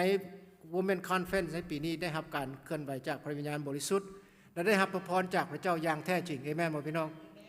ฉะนั้นแหละมื้อนี้ข้าพเจ้าเบิ่งโมงไปก็มันก็จะฮอดโมงกินข้าวอีกแล้วเนาะแล้วผู้เตรียมมื้อก็เตรียมมื้ออยู่แล้วรถก็ลางคนออกไปอุ่นรถไว้แล้วเพิ่นว่าแต่ว่าขอบคุณพระเจ้าโมงก็อยู่ทางหลังพี่น้องอย่าสูบบุหรี่วงทางหลังพระคำของพระเจ้าบอกว่าปักตาใส่ไม้กางแขนขององค์พระเยซูคริสต์เอเมนเบิ่งที่องค์พระเยซูคริสต์และพระเจ้าจะอวยพรขี้ไก่ก็จะเป็นไก่เอเมน 1,600 ไม้ก็จะเป็นประมาณ100 ไม้นี่แหละข้าพเจ้าก็จะออกบินคือกันพี่น้องหลังจากนี้ไปก็จะกินข้าวกินน้ำแล้วก็พยายามที่จะไปเดินโยนให้มันทันพอย่านเครื่องบินตกแต่ว่าถึงอย่างก็ตามขั้นตกก็จะมาอยู่ที่นี่เลยเอเมนขอบคุณพระเจ้าพี่น้องฮู้บ่ในกระท่ามกลางการม่วนซื่นของพวกเขามีผู้ใดในนั้นคือถึงฤดูนี้เดือนนี้ว่าเป็นเดือนหยังเป็นวันอีสเตอร์แต่ยังบ่ทันฮอดวันอีสเตอร์เถอะแต่ว่าเดือนนี้เป็นเดือนที่คริสเตียนทุกคนได้ไว้อะไรไว้ทุกข์ให้กับพระเจ้า เป็นเดือนที่พวกเขาที่มีความโศกเศร้าสลดใจที่พระเยซูคริสต์ได้ทรงตายแทนบนไม้กางเขนแทนความบาปของพวกเขาทั้งหลายมื้อนี้เป็นมื้อพอมซันเดย์ข้าพเจ้าบ่เห็นใบตาลจักใบอยู่แถวนี้เพราะว่าใบตาลอยู่ทางนอกหมดโอ้มีใบตาลขอบคุณพระเจ้าและหลังจากใบตาลแล้วทิศหน้าเป็นมื้อ Good Friday เป็นมื้อที่พระองค์ทรงทนทุกข์ทรมานที่ไม้กางเขนเพื่อพวกเขาทั้งหลายเป็นมื้อที่พวกเขาระลึกคิดถึงพระองค์พระคุณและความรักของพระเจ้าตลอดและหลังจากนั้นพระคำของพระเจ้าทรงบอกว่าย้ำทุกโศกหลังจากความทุกโศกผ่านไปก็จะกลายเป็นความสมชื่นยินดีเอเมนวันอีสเตอร์เป็นวันที่พวกเขาฉลองวันคืนพระชนม์ขององค์พระเยซูคริสต์เพื่อเขาได้ทั้งหลายนะครับความไสยชนะเหนือความบาปไสยชนะเหนือความตายเอเมนพี่น้องฉะนั้นแหละพวกเขาคริสเตียนทุกคนให้พยายามที่จะนึกถึง2 ทิศที่มาถึงนี้และมื้อวันอีสเตอร์เป็นมื้อวันฉลองเขาก็จะฉลองโห่ห้องปูปีเนาะภาษาลาวโห่ห้องปูปีและฉลองวันคืนพระชนม์ของพระเจ้าอย่างเต็มที่เพราะว่าพวกเขาได้ทั้งหลายได้รับไสยชนะเหนือความตายเหนือความบาปความรักอันมหัศจรรย์ The Amazing Love ของพระเจ้าจะบ่สามารถสมบูรณ์ได้นอกจากจะมีการเสียสละของพระเจ้าอย่างแท้จริงที่ทรงพระบุตรของพระองค์ลงมาตายแทนความบาปของพวกเขาทั้งหลายเพื่อพวกเขาทั้งหลายจะมีชีวิตอันตลอดไปเป็นในโยฮันบท 3 ข้อที่ 16พระองค์ทรงเป็นพระบุตรองค์เดียวของพระเจ้าเป็นเครื่องถวายบูชาที่บริสุทธิ์และถูกต้องตามน้ำพระทัยของพระองค์สำหรับพวกเขาทั้งหลายให้พวกเขามาทบทวนกันในพระคัมภีร์ของพระเจ้าพี่น้องรู้ว่าพระคัมภีร์ชื่อหยังโอ้พบความสุขพระคำของพระเจ้ามีชื่อว่า Testament ภาษาอเมริกาหมายความว่าพระสัญญาจะมี2พระสัญญาด้วยกันคือพระสัญญาเดิมแล้วก็พระสัญญาใหม่ Come from the word covenant is testament covenant mean the promise of God หมายความว่าเป็นพระสัญญาของพระเจ้ามีทั้งหมด66ปื้ม39เดิม27ใหม่มี40คนที่เขียนถึงหนึ่งใจนี่เป็นพระธรรมทบทวนถ้าพี่น้องยังบ่ทันได้ฮู้โอเคมีทั้งหมด 1,189 บทรวมกันแล้วมี30กว่าพันข้อด้วยกันในพระคำของพระเจ้าชีวิตที่เป็นคริสเตียนของพวกเขาถ้าหากอยากให้มันเติบใหญ่พวกเขาต้องติดสนิทกับองค์พระเยซูคริสต์ต้องรู้จักพระคำของพระเจ้าต้องเรียนเรื่องของพระเจ้าอยู่ตลอดเวลามีความสัมพันธ์อันลึกซึ้งในองค์พระเยซูคริสต์เจ้าโยฮันบทที่15บอกว่าถ้าหากปราศจากพระเจ้าแล้วพระเยซูคริสต์แล้ว we are nothing ถ้าหากปราศจากพระเจ้าแล้วพวกเขาบ่มีหยังหมดในชีวิตของพวกเขาฉะนั้นแหละเขาจะบ่สามารถเติบโตฝ่ายวิญญาณได้ถ้าหากเขาบ่มีความสัมพันธ์หรือติดกับพระองค์เขาต้องรู้จักกับพระองค์และพระองค์รู้จักกับเขาถ้าพวกเขาทั้งหลายอยากรู้จักถึงชีวิตขององค์พระเยซูคริสต์เจ้าเขาต้องไปเบิ่งในพระคัมภีร์4 เล่มด้วยกันคือพระธรรมมัทธิวมาระโกลูกาโยฮันนั่นคือเป็น the life of Christ เป็นชีวิตขององค์พระเยซูคริสต์ที่จะให้พวกเขาได้รู้จักถึงเรื่ององค์พระเยซูคริสต์ว่าพระเจ้าทรงมักอย่างพระเยซูคริสต์ต้องการอย่างในชีวิตของเขาพระองค์ทรงเฮ็ดอย่างพระองค์ต้องเป็นคนแบบใดนั่นคือความสัมพันธ์ที่เขาอยากจะรู้จักกับพระเจ้าพระคัมภีร์ข่าวประเสริฐมีทั้งหมดด้วยกัน 3,779 ข้ออยู่ในพระคัมภีร์ข่าวประเสริฐแต่วันนี้ข้าพเจ้ามี9อย่างและ9ข้อที่สำคัญอยากให้พี่น้องได้รู้ถึงเหตุผลที่พระเยซูคริสต์ลงมาและพระองค์ทรงบอกว่าเฮามาเพื่อหยังหลายคนอาจจะรู้จักพระเยซูคริสต์มาเพื่อหยังพี่น้องจะตอบว่าโอ้มาเพื่อหยังเพื่อไถ่บาปของพวกเราโนมีหลายคนหั่นพี่น้องมี9อย่างด้วยกันในพระคัมภีร์ข่าวประเสริฐที่พระองค์ทรงบอกว่าเฮามาเพื่อด้วยเหตุใดและสิ่งเหล่านี้แหละจะให้พวกเขาได้รู้จักว่าเหตุผลที่พระเยซูคริสต์มานั้นเพื่อเฮาและเขาจะนำเอาปฏิบัติในสิ่งที่พระเยซูคริสต์มาอย่างไรเหมือนกับชีวิตของพระเจ้า Another word we want to know that how can we apply everything that Christ said that the reason why I came to this earth นี่คือคำเว้าที่มาจากองค์พระเยซูคริสต์จากปากของพระองค์เองมี9อย่างด้วยกันอันที่1พระคำของพระเจ้าทรงบอกว่าพระเยซูคริสต์ทรงบอกว่าเฮามาเพื่อจะเฮ็ดตามและให้น้ำพระทัยของพระเจ้าสำเร็จในโลกนี้ถ้าพี่น้องมีประกาศเขียนไว้ข้าพเจ้าบ่มี PowerPoint I'm sorry I didn't put it on PowerPoint because we have no time it's so rushed you know the Dr. Inta just come as soon as he saw my face he said you preaching this Sunday I say what ขอบคุณพระเจ้า I come to fulfill God's will ฉะนั้นหมายถึงว่าเฮามาเพื่อจะเฮ็ดตามน้ำพระทัยของพระเจ้าให้สำเร็จในโยฮันบทที่6ข้อที่38บอกว่าเพราะพระองค์พระเยซูคริสต์บอกว่าเพราะเฮาได้ลงมาจากสวรรค์บ่แม่นเพื่อเฮ็ดตามใจของตนเองเฮาบ่ได้ลงมาจากสวรรค์เพื่อเฮ็ดตามใจของตนเองแต่เพื่อเฮ็ดตามพระประสงค์และน้ำพระทัยของพระเจ้าผู้ทรงใช้เฮามา So therefore Jesus is came to this earth not because that he want to come to this earth เพราะว่าพระองค์บ่ต้องการมาในโลกนี้เพื่อจุดประสงค์ของพระองค์เองแต่มาเพื่อพระเจ้าและเพื่อให้แผนการของพระเจ้าสำเร็จจุดสำคัญและจุดประสงค์ขององค์พระเยซูก็เพื่อให้แผนการไถ่บาปของมนุษย์เฮาให้สำเร็จเพื่อเฮาทั้งหลายจะได้มีความสัมพันธ์และคืนดีกันกับพระเจ้าอีกเทื่อนึงพวกเฮาทั้งหลายได้ทรงถูกแยกออกจากความรักของพระเจ้าไปในสมัยอาดัมและเอวาในปฐมกาลและในเวลานี้บ่มีสิ่งใดหมดแผนการของพระเจ้าหลายครั้งหลายคราว 7-8 ครั้งด้วยกันในพระคัมภีร์ที่บอกว่าแผนการของพระองค์ทรงไถ่บาปมนุษย์แต่ล้วนแล้วแต่บ่สำเร็จจนถึงพระสัญญาใหม่ผ่านทางองค์พระเยซูคริสต์และพระเยซูคริสต์บอกว่าสำเร็จแล้วเพราะว่าพระองค์ทรงรักพวกเขาทั้งหลายที่สุดในโยฮันบทที่13ข้อ1บอกว่า He loved us not just love us but he loved us very very very much เป้าหมายจุดประสงค์สำหรับชีวิตการถูกเลือกของพวกเขาผู้ที่เป็นบุตรของพระเจ้าผู้ที่อ้างว่าตัวเองเป็นคริสเตียนผู้ที่เป็นผู้ที่พระเจ้าทรงรักของพระองค์ให้พวกเขาทั้งหลายดำเนินชีวิตให้เป็นการถวายพระเกียรติให้แก่พระเจ้าบ่แม่นให้เป็นเกียรติแก่ตนเองชีวิตของลูกของพระองค์ต้องอยู่เพื่อพระองค์มีเพลงที่พวกเขามักร้องกันขอให้พระเกียรติจงมีแก่พระองค์แม่นบ่พี่น้องและมีอีกเพลงนึงอีกจะเหตุสิ่งใดขอให้พระเจ้าได้เกียรติหมายความว่าชีวิตของพวกเขาทั้งหลายบ่แม่นชีวิตของตนเองพระเยซูคริสต์อธิษฐานในเมื่อพระเยซูคริสต์อธิษฐานในโยฮันบทที่17บอกว่าขอให้พระเกียรติของพระเจ้าทรงประทานให้แก่ข้าพระองค์เพื่อข้าพระองค์จะเห็นหยังจะถวายทุกสิ่งทุกอย่างที่ข้าพระองค์เฮ็ดให้แก่พระเจ้าคืนหมายความว่าทุกสิ่งทุกอย่างที่พวกเขามีในชีวิตของพวกเขาให้พวกเขาถวายพระเกียรติให้แก่พระเจ้าการเฮ็ดเวียกเฮ็ดงาน Women Retreat whatever that we do in our life we need to give God the honor and glorify His name not for our name ชีวิตของเขาทั้งหลายเป็นของพระองค์เพราะว่า1โครินธ์บทที่6ข้อที่20บอกว่าพระเจ้าได้ทรงไถ่พวกเขาทั้งแล้วพวกเขาได้ซื้อพวกเขาแล้วด้วยราคาสูง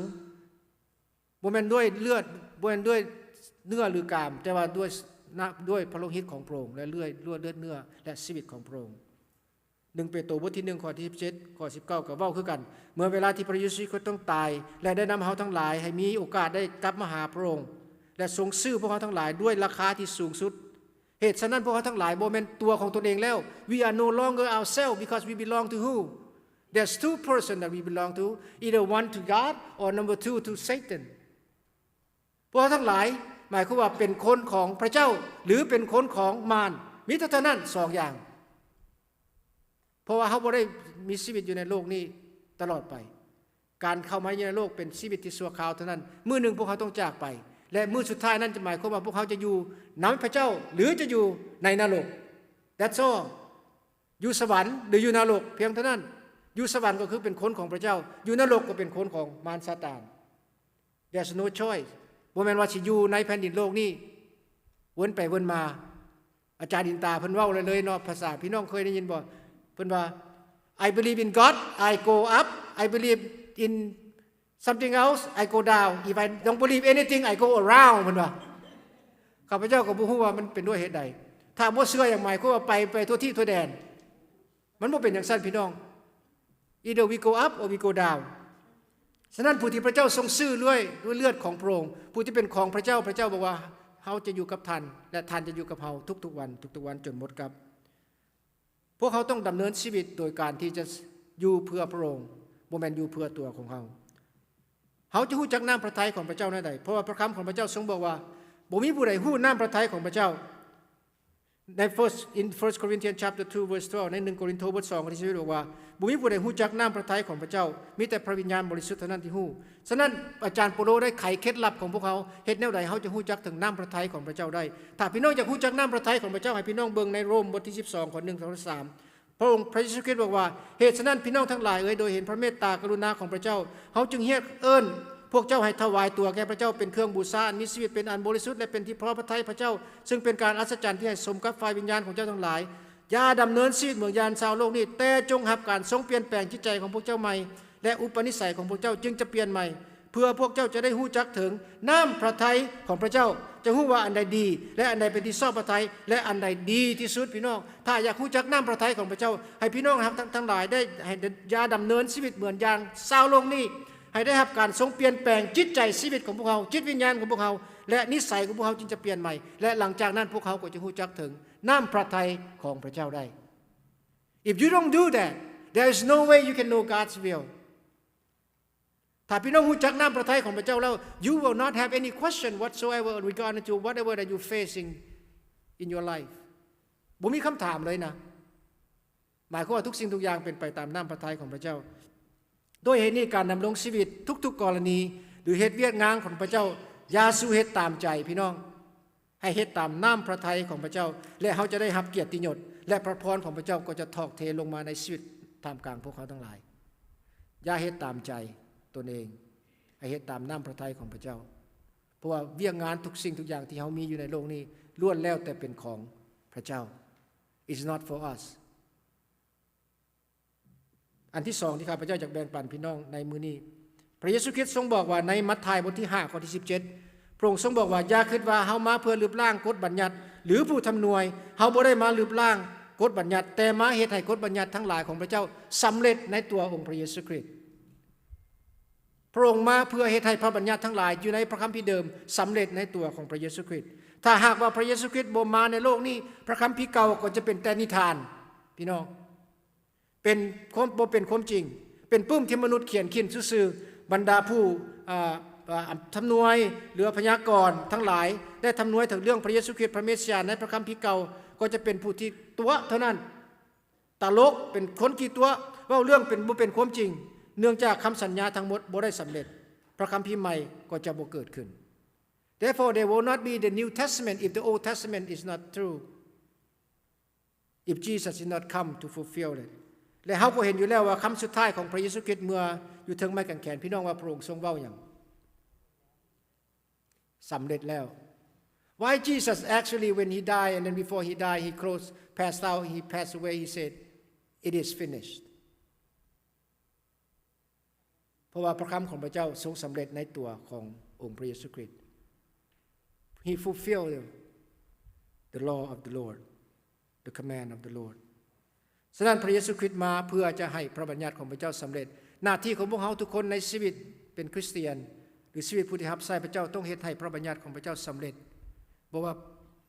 คำสั่งบ่ว่าคำสอนหรือว่าทุกสิ่งทุกอย่างที่พระองค์ทรงให้พวกเขาทั้งหลายเพื่อพี่น้องทั้งหลายจะได้รู้จักถึง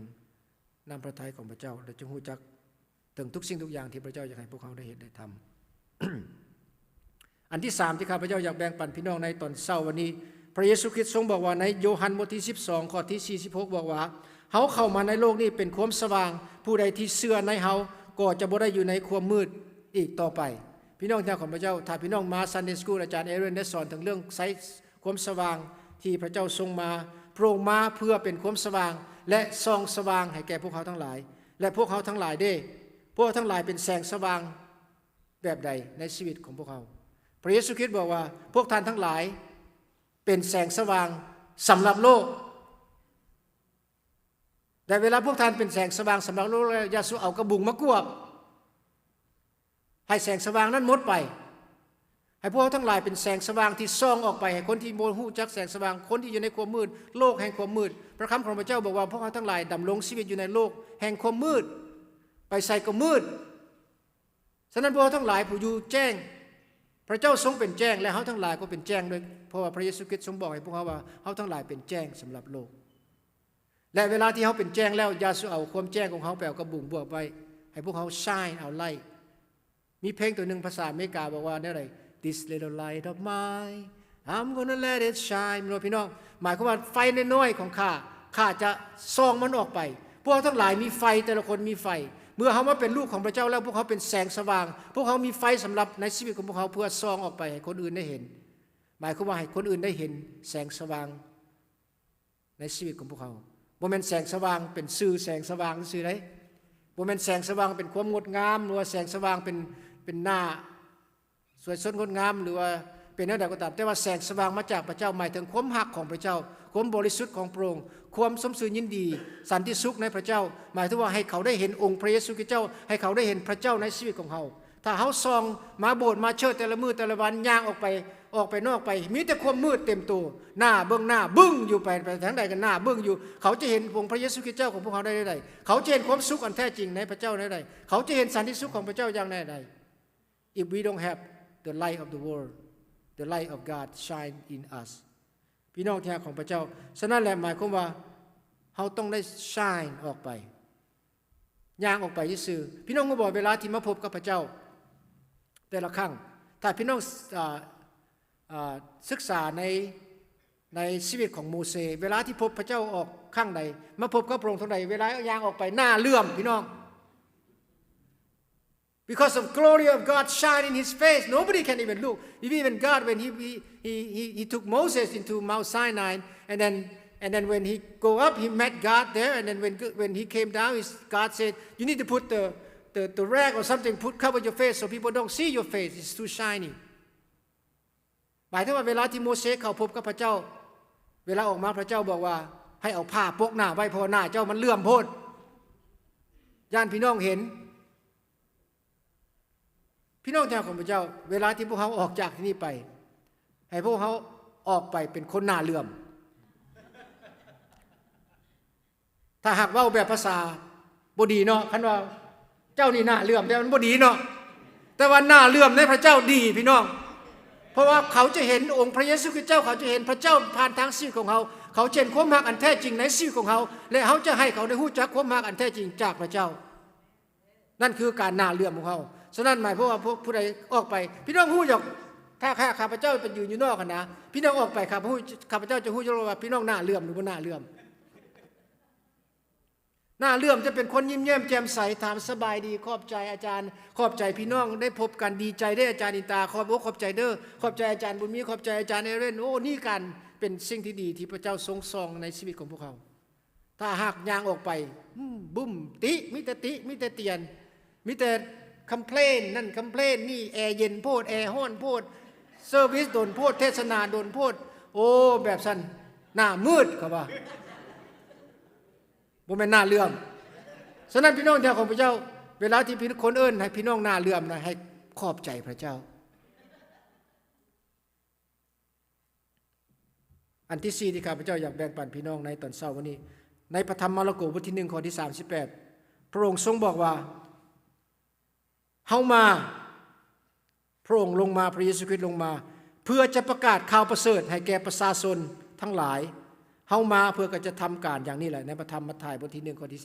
38เหตุผลที่พระเยซูคริสต์มาบ่มีหยังหมดพี่น้อง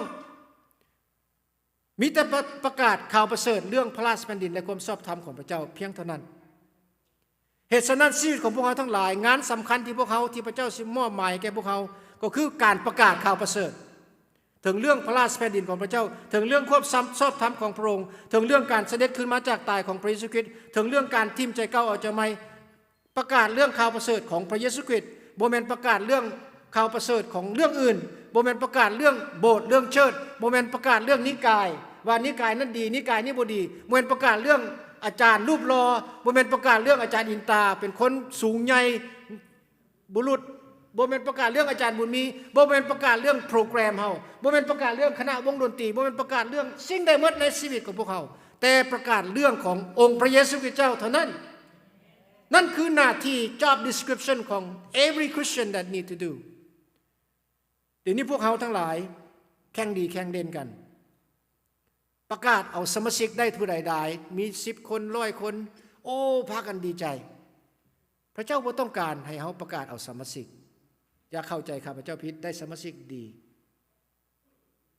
เหตุผลที่ได้สมาชิกเพราะว่าเฮาประกาศเรื่องข่าวประเสริฐ God only care did you do my job that I give it to you that's all His job is given to us is to preach the word of God nothing else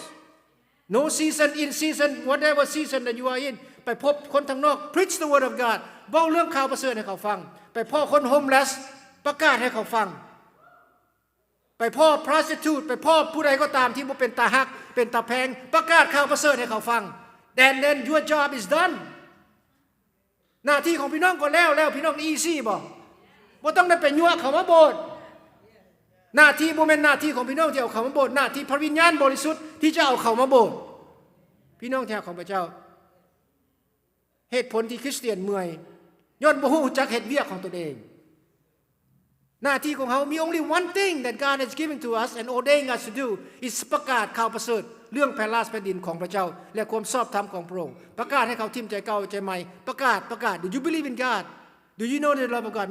มีสองประกาศด้วยกันถ้าพี่น้องเป็นพยานอันที่หนึ่งประกาศในผู้ใดเว้าเก่งข้าพเจ้าตะกี้กับเว้าบ่เก่งทีนี้พระเจ้าให้การเว้าข้าพเจ้าบางเทื่อพระเจ้าก็ชัดได้แล้วบางเทื่อพระเจ้าก็เปิดออกนี่คือการประกาศทางการปากเว้าผู้ที่มีพระพรสวรรค์ในด้านนี้อาจารย์อินตาเป็นผู้มีพรสวรรค์ในการปากเว้าข้าพเจ้าฟังเพิ่นเท่าใดทราบซึ้งเลยพี่น้องทราบซึ้งบ่ตบมือให้เพิ่นพี่น้อง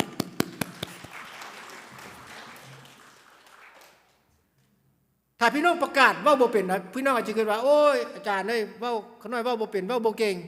มีคนเว้าบ่เก่งข้าพเจ้ารับรู้แต่ว่าพี่น้องสามารถที่จะดำเนินชีวิตของพี่น้องให้ผู้อื่นเห็นได้ในชีวิตของพวกท่านบ่ต้องเฮ็ดหยังหมดยืนยิ้มเป้ยอยู่ซื่อคนเข้ามาโบสถ์ยิ้มให้เขามีแม่ป้าหนึ่งอยู่ทางมินนิโซตาคือกันแม่ป้าเหลืองอยู่ทางมินนิโซตาข้าพเจ้าบอกเพิ่นว่าแม่ป้าบ่ต้องเฮ็ดหยังหมดยืนยิ้มเป้ยอยู่ลูกเดียวเวลาพี่น้องมาโบสถ์คนมายามโบสถ์ยิ้มให้เขาเบิ่งถามสบายดีเขาถ้าหากกอดเขาได้ก็กอดในเวลานั้นพี่น้องที่รักของพระเจ้าเวลาที่ผู้อื่นมาโบสถ์เขาจะเห็นความรักขององค์พระเยซูคริสต์เจ้าผ่านทางชีวิตของแม่ป้าผู้ที่ยิ้มเป้ยอยู่หั่นผู้ที่เว้าหลายแล้วเท่ากับเว้าผิดพระคัมภีร์บอกว่าคนมักเว้าหลายเว้าผิดเด้ในแม่นบอกในสุภาษิตอาจารย์เฮาเป็นคนผู้ที่บ่เว้าหลายขอบคุณพระเจ้าที่เฮาเว้าบ่เป็นแต่เฮายิ้มเป็นบ่พี่น้องยิ้มเป็นให้เขาเห็นสันติสุขในชีวิตของเฮาในท่ามกลางปัญหาบางคนพี่น้องที่รักของพระเจ้าหลังเทื่อผู้ที่มีปัญหาหลายเป็นผู้บ่มักเว้าเลยหลังเทื่อพบปัญหาในครอบครัวปัญหาสุขภาพทางกายปัญหานั้นปัญหานี้หลายสิ่งหลายอย่างแต่เขายังสามารถที่จะยิ้มให้คนที่บ่ฮู้จักพระเจ้าได้เห็นถึงปัญหาที่เรากำลังเผชิญอยู่แต่ว่าบ่มีปัญหาเพราะว่ามีสันติสุขในพระเจ้าอย่าแข่งดีแข่งเด่นกันแข่งดีแข่งเด่นกันบ่ว่าเจ้าสถิติหรือนัมเบอร์โบสถ์ใหญ่โบสถ์น้อยโบสถ์หยังก็ตามหน้าที่ของพวกเขาทั้งหลายคือประกาศข่าวประเสริฐถึงเรื่องของพระเจ้าในเวลานั้นพระเจ้า will multiply your church and your congregation อันที่5พระเยซูคริสต์ทรงบอกว่าเฮามา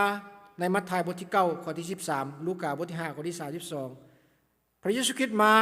เพื่อบ่แม่นเอิ้นเอาคนชอบธรรมแต่เอิ้นเอาคนบาปให้กลับใจใหม่พระเยซูคริสต์มาเพื่อบ่แม่นเอิ้นเอาคนชอบธรรมแต่มาเอิ้นเอาคนบาปกลับใจใหม่พวกเขาทั้งหลายต้องเส้นเดียวกันพวกเขาต้องหักคนบาปแต่เกลียดชังความบาปฟังดีๆพี่น้องคนบาปอยู่ไสหน้าที่ของพวกเขาทั้งหลายต้องหักเขาเอเมนบ่พี่น้องพระเยซูคริสต์บอกว่าจงหักแม้แต่ศัตรูของท่านหักคนบาปแต่ชังความบาปไรมีใจห้อนหนที่จะออกไปเอาคนที่จะบ่ฮู้จักกับพระเจ้ามีใจห้อนหนออกไปเอาคนที่บ่ฮู้จักกับพระเจ้าอย่าสู้ไปลักเอาคริสเตียนอย่าสู้ไปลักเอาลูกแกะของผู้อื่นเพราะว่าพี่น้องฮู้จักว่าเป็นหยังคริสเตียนมักเป็นลักเอาคริสเตียนพอยี่คิ้วซะกันฮู้กันเด้ว่ามันเข้ากันเด้คริสเตียนเว้าคริสเตียนนี่วันนี้เจ้าไปเว้าเอาคนที่บ่เชื่อในพระเจ้าเจ้าไปเว้าเอาคนที่บ่ฮู้จักกับพระเจ้าคนที่บ่มีความหวังในพระเจ้ายากได้พี่น้องหลังเทื่อเป็นปีหลังเทื่อ10ปีหลังเทื่อ20ปีส่วนสิเขามาฮู้จักกับพระเจ้ามันง่ายฉะนั้นพี่น้องที่รักของพระเจ้าออกไปเหมือนกับพระเยซูคริสต์เจ้าพระเยซูคริสต์บอกว่าเฮามาบ่แม่นเพื่อคนชอบธรรม แต่มาเอาคนบาปที่คนบ่ฮู้จักกับพระเจ้าให้มากลับใจฮู้จักกับพระเจ้าพี่น้องฮู้บ่สถิติได้บอกว่าได้คนในโลกนี้มี8 billion people we have 8 billion people billion นี่มันอย่างตื้อเนาะล้านแสนโกดหมื่นตื้อ I don't know ตื้อจักภาษาอย่างบ่จักตื้อ8 billion whatever it is we have 8 billion people พี่น้องรู้จักบ่คริสเตียน only 2.3 billion เท่านั้นมีแต่ 2.3 ตื้อเท่านั้นกายนั้นไปแม่นบ่ฮู้จักกับพระเจ้าหมดเลย we have so many people out there that don't know Christ we have so many people out there that didn't even know the love of God that God want us to go out and reach to them don't go out and reach to the people that already know God ถ้าผู้ใดมีโบสถ์มีเชิญแล้วอวยพรเขาให้เขาอยู่ในโบสถ์ตัวนั้นเสริมสร้างคริสตจักรตัวนั้นให้มันเติบใหญ่ don't go steal sheep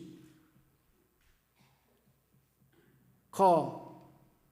not for the righteous but the sinner to repent อันที่6ที่บอกว่าพวกเขาทั้งหลาย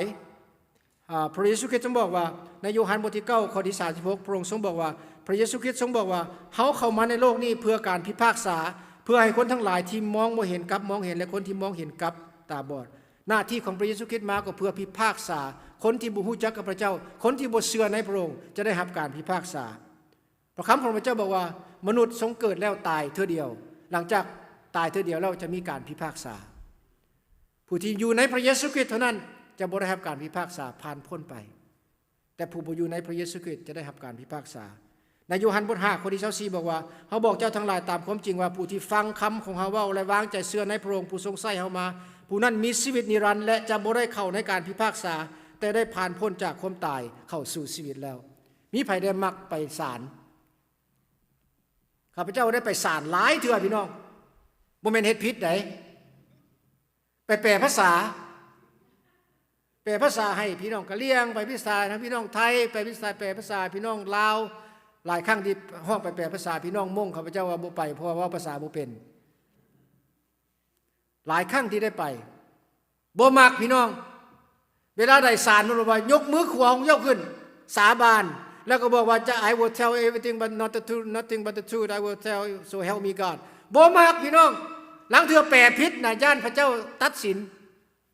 หลังเทื่อแปลผิดย่านเขาลิโคดไว้เขาสิจับเฮาซ้ำเข้าคุกพยายามที่สุดแปลต้องได้ฟังคักๆเพื่อจะให้มันถูกตามเนื้อตามความบ่มักเข้าขึ้นศาลอันนี้มันจะศาลบ่ได้เฮ็ดผิดเฮ็ดหยังไดพี่น้องยังบ่มักเท่านี้แล้วบัดนี้ศาลที่ตัวเองเฮ็ดผิดถ้าหากศาลตัดสินเฮ็ดผิดคดีลักบ่คดีหยังบ่ก็ยังบ่มักอันนี้ศาลตายฝ่ายวิญญาณตลอดไป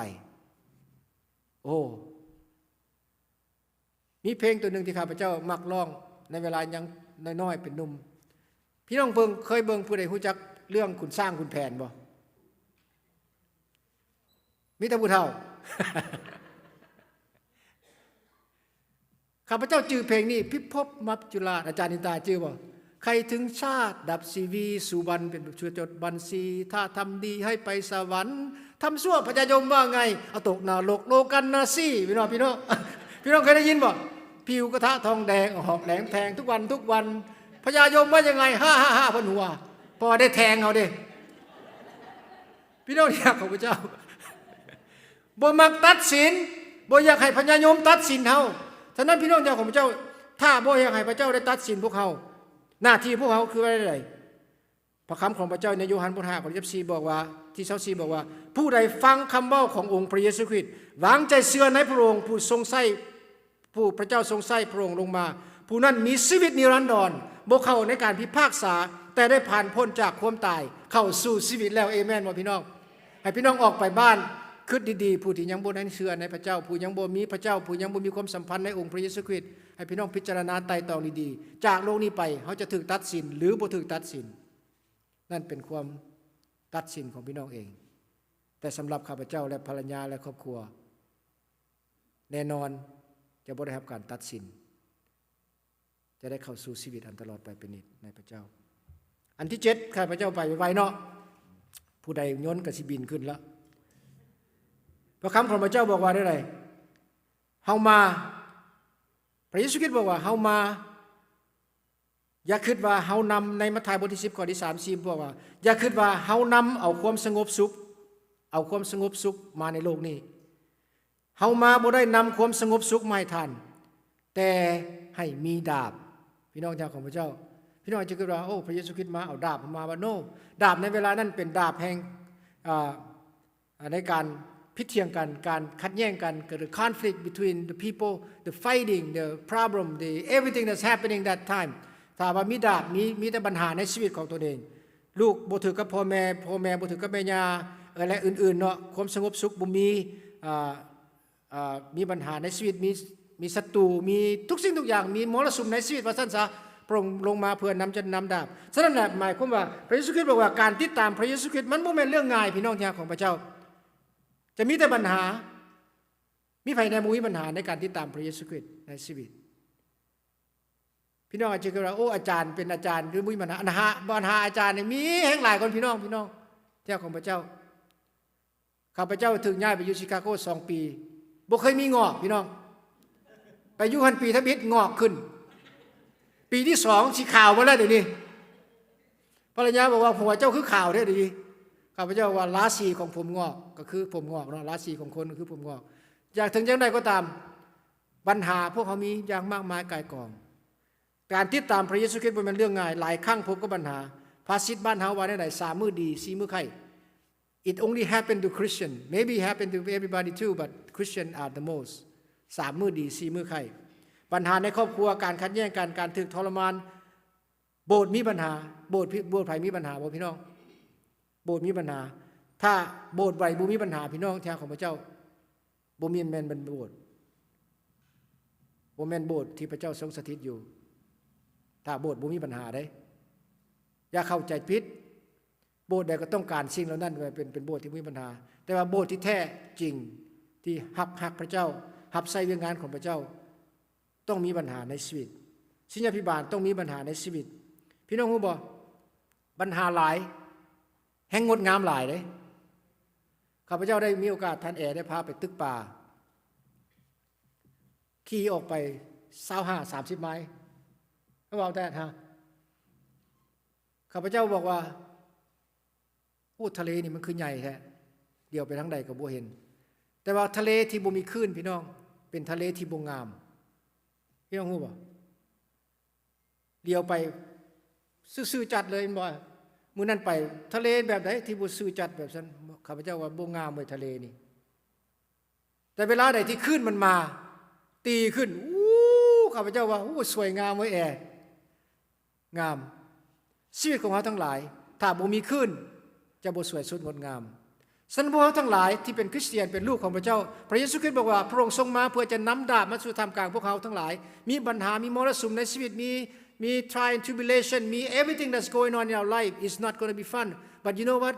God said our life is pretty แต่ชีวิตของเขางดงามสวยงามในสายตาของพระเจ้า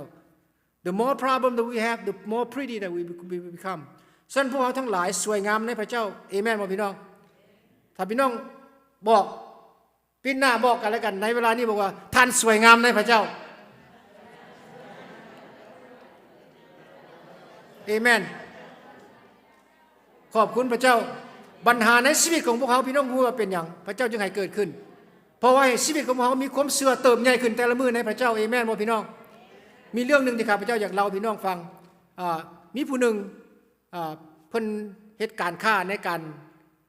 การ delivery fish from all the way from California เพราะว่าปลาแซ่บได้อยู่แคลิฟอร์เนียมาถึงนิวยอร์กขี่รถ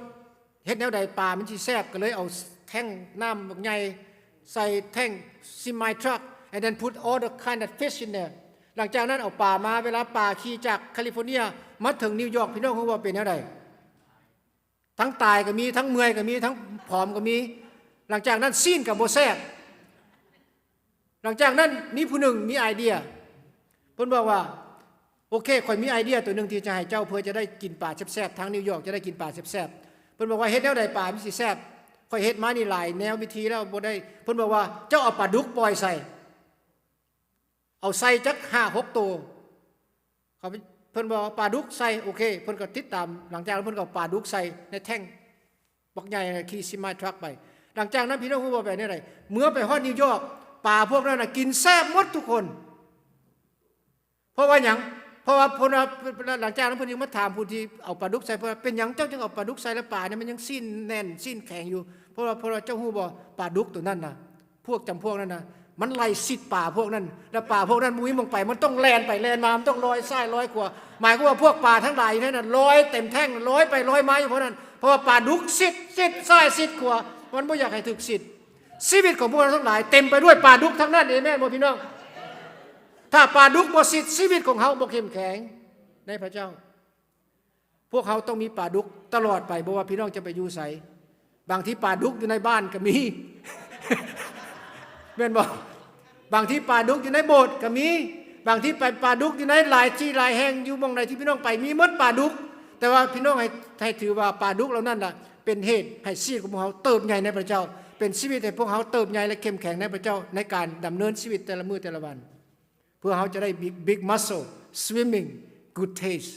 to the world อันที่8ที่ข้าพเจ้าอยากแบ่งปันพี่น้องในมื้อนี้ใกล้ชอดอันสุดท้ายเลยพี่น้องพระเยซูคริสต์ทรงบอกว่าในลูกาบทที่12ข้อที่49บอกว่า I come to bring fire on earth พระองค์ลงมาเฮามาพระเยซูคริสต์บอกว่าเฮามาเพื่อจะนำเอาพระวิญญาณบริสุทธิ์มาสู่ท่ามกลางพวกท่านทั้งหลายพระวิญญาณบริสุทธิ์ปัจจุบันพระเจ้าพระบิดาบ่ได้อยู่ในโลกนี้แล้วพี่น้องอย่าเข้าใจข้าพเจ้าผิดพระเจ้าพระบิดาบ่ได้อยู่ในโลกนี้เวลาที่เฮาอธิษฐานเฮามักเงยขึ้นพระเจ้าพระบิดาเอ้ยหมายความว่าพระองค์ทรงสถิตอยู่ในบนฟ้าสวรรค์พระเยซูคริสต์บ่ได้อยู่ในโลกนำเฮาแล้ว Jesus is not here either เพราะว่าพระคำของพระเจ้าบอกว่าเวลาที่พระเยซูคริสต์เสด็จขึ้นสู่สวรรค์แม่นบ่ได้บ่พี่น้องก็บ่พระเยซูคริสต์ขึ้นไปไสเสด็จขึ้นสู่สวรรค์แล้วและไปอยู่ไสเดี๋ยวนี้ประทับอยู่ก้ำขวาของพระเจ้าอธิษฐานเพื่อเฮาเป็นเมดิเอเตอร์เพื่อเฮาให้เว้าต่างหน้าเฮาโอเคมีแต่ผู้เดียวที่ยังเหลืออยู่ในโลกนี้ก็คือพระวิญญาณบริสุทธิ์พระเยซูคริสต์บอกว่าเฮามาเพื่อจะนำเอาพระวิญญาณบริสุทธิ์ลงมาท่ามกลางพวกท่านในเวลานี้ปัจจุบันนี้พวกเขาทั้งหลายมีพระวิญญาณบริสุทธิ์ที่สถิตอยู่นำเฮาดำรงชีวิตในพวกเขาแต่ละคนเพราะพระคำของพระเจ้าบอกว่าพวกเขาทั้งหลายเป็นวิหารขององค์พระวิญญาณบริสุทธิ์ชีวิตคริสเตียนของเขามีองค์พระวิญญาณบริสุทธิ์ถ้าหากชีวิตของเขาเป็น Temple of the Holy God ถ้าหากร่างกายของเขาบริสุทธิ์พุทธพองอยู่ในพระเจ้าพระวิญญาณบริสุทธิ์ของพระเจ้ามีอะไรประทับอยู่ในชีวิตของพวกเขาทั้งหลายฉะนั้นเวลาที่พี่น้องอธิษฐานนะพี่น้องบ่ต้องอธิษฐานไปหลายเทื่อพระเยซูคริสต์บอกหลายครั้งเวลาที่พี่น้องอธิษฐานบ่จำเป็นต้องได้ไปเว้าซ้ำคำเก่าเพราะว่าหยัง The Holy Spirit is in here already and he listen to us he know us what we need เพิ่นฮู้หมดทุกสิ่งทุกอย่างในชีวิตของเฮาว่าต้องการหยังหลังเทื่อเฮาทั้งหลายผู้ที่รับใช้พระเจ้าหรือว่าผู้เป็นคริสเตียนที่แข็งแรงผู้ที่ฮู้จักมีความสัมพันธ์กับพระเจ้าหลายครั้งเฮาบ่ได้อธิษฐานเท่าแม่นบ่ทันอธิษฐานเทื่อพระเจ้าตอบแล้วเด้เพราะว่าหยังพระองค์ทรงสถิตอยู่ในชีวิตพวกเฮาพระวิญญาณบริสุทธิ์สถิตอยู่ในพวกเฮาพระเยซูคริสต์สัญญาจะประทานพระวิญญาณบริสุทธิ์ให้แก่พวกเขาผู้ที่จะแนะนำทางผู้ที่จะช่วยผู้ที่จะปลอบโยนวิญญาณแห่งความจริงผู้ที่พระบิดาทรงมาเพื่ออยู่กับผู้ที่เชื่อตลอดไปฉะนั้นแหละพวกเขาทั้งหลายถ้าหากอยากจะได้สิ่งดีๆในชีวิตของพวกเขาพระพรอันที่บ่มีวันสิ้นสุดให้พวกเขาทำความรู้จักกับพระวิญญาณองค์นี้ให้หลายๆเด้อ Make friend with the Holy Spirit Get acquainted with the Holy Spirit เพื่อพวกเขาจะได้ในสิ่งที่พวกเขาต้องการในชีวิตของเขาบ่ว่าการช่วยเหลือบ่ว่าการปลอบใจบ่ว่าการประโลมใจมากผลของพระวิญญาณบริสุทธิ์ในพระธรรมพีคาลาเตียบท5ข้อที่2ก็บอกเป็นบอกพี่น้องเต็มด้วยเก้ามากด้วยกันบ่ความมากคนยินดีความสัตย์ซื่อความว่าสุภาพหวานๆทุกสิ่งทุกอย่างที่พี่ต้องการมากของพระวิญญาณและผลของพระวิญญาณก็มีในชีวิตของพี่น้องตลอดไปเพราะว่าหยังเพราะว่าเป็นของเฮาแล้วที่พระเยซูคริสต์ทรงส่งลงมาให้พวกเราทั้งหลายแล้วฉะนั้นแหละอันสุดท้ายที่ข้าพเจ้าอยากแบ่งปันในตอนเช้าวันนี้พระเยซูคริสต์เขาบอกว่าในโยฮันบทที่10ข้อที่10บอกว่าเฮามาเพื่อพวกท่านจะได้ชีวิตและชีวิตที่ครบบริบูรณ์ในภาษาอังกฤษได้บอกว่าอย่างซี่ ภาษาลาวบ่เว้าคักปานใดแต่ภาษาอังกฤษบอกว่า the thief comes only to steal and kill and destroy I come that you may circle that you may have life and have everlasting life หมายความว่าเฮาอาจภาษาลาวอาจจะแปลเป็นสิเฮามาเพื่อพวกท่านอาจจะได้ชีวิตที่ครบบริบูรณ์อาจหมายความว่าบางทีมีใครรู้จักเพลงนี้นะ บางทีอาจจะได้หมายความว่ามันมีข้อแม้น้อยหนึ่งพระเยซูคริสต์มาบ่แม่นว่าเฮาจะได้ automatically the life บางที่บางคนไปอธิบายโอ้พระเจ้าพระเยซูคริสต์ลงมาเพื่อแล้วเฮาจะได้ชีวิตเฮาใช้ชีวิตที่ครบบริบูรณ์ no อาจจะได้ชีวิตที่ครบบริบูรณ์อาจจะได้ชีวิตที่ครบบริบูรณ์อิงตามความเชื่อของพี่น้องอิงตามความสัมพันธ์กับพี่น้องกับองค์พระเยซูคริสต์อิงตามการดำเนินชีวิตของพี่น้องต่อองค์พระเยซูคริสต์ต่อโลกนี้เป็นอะไรฉะนั้นหมายความว่าพระเยซูคริสต์มาเพื่อพวกเขาอาจจะได้ชีวิตและชีวิตที่ครบบริบูรณ์ It is your choice to make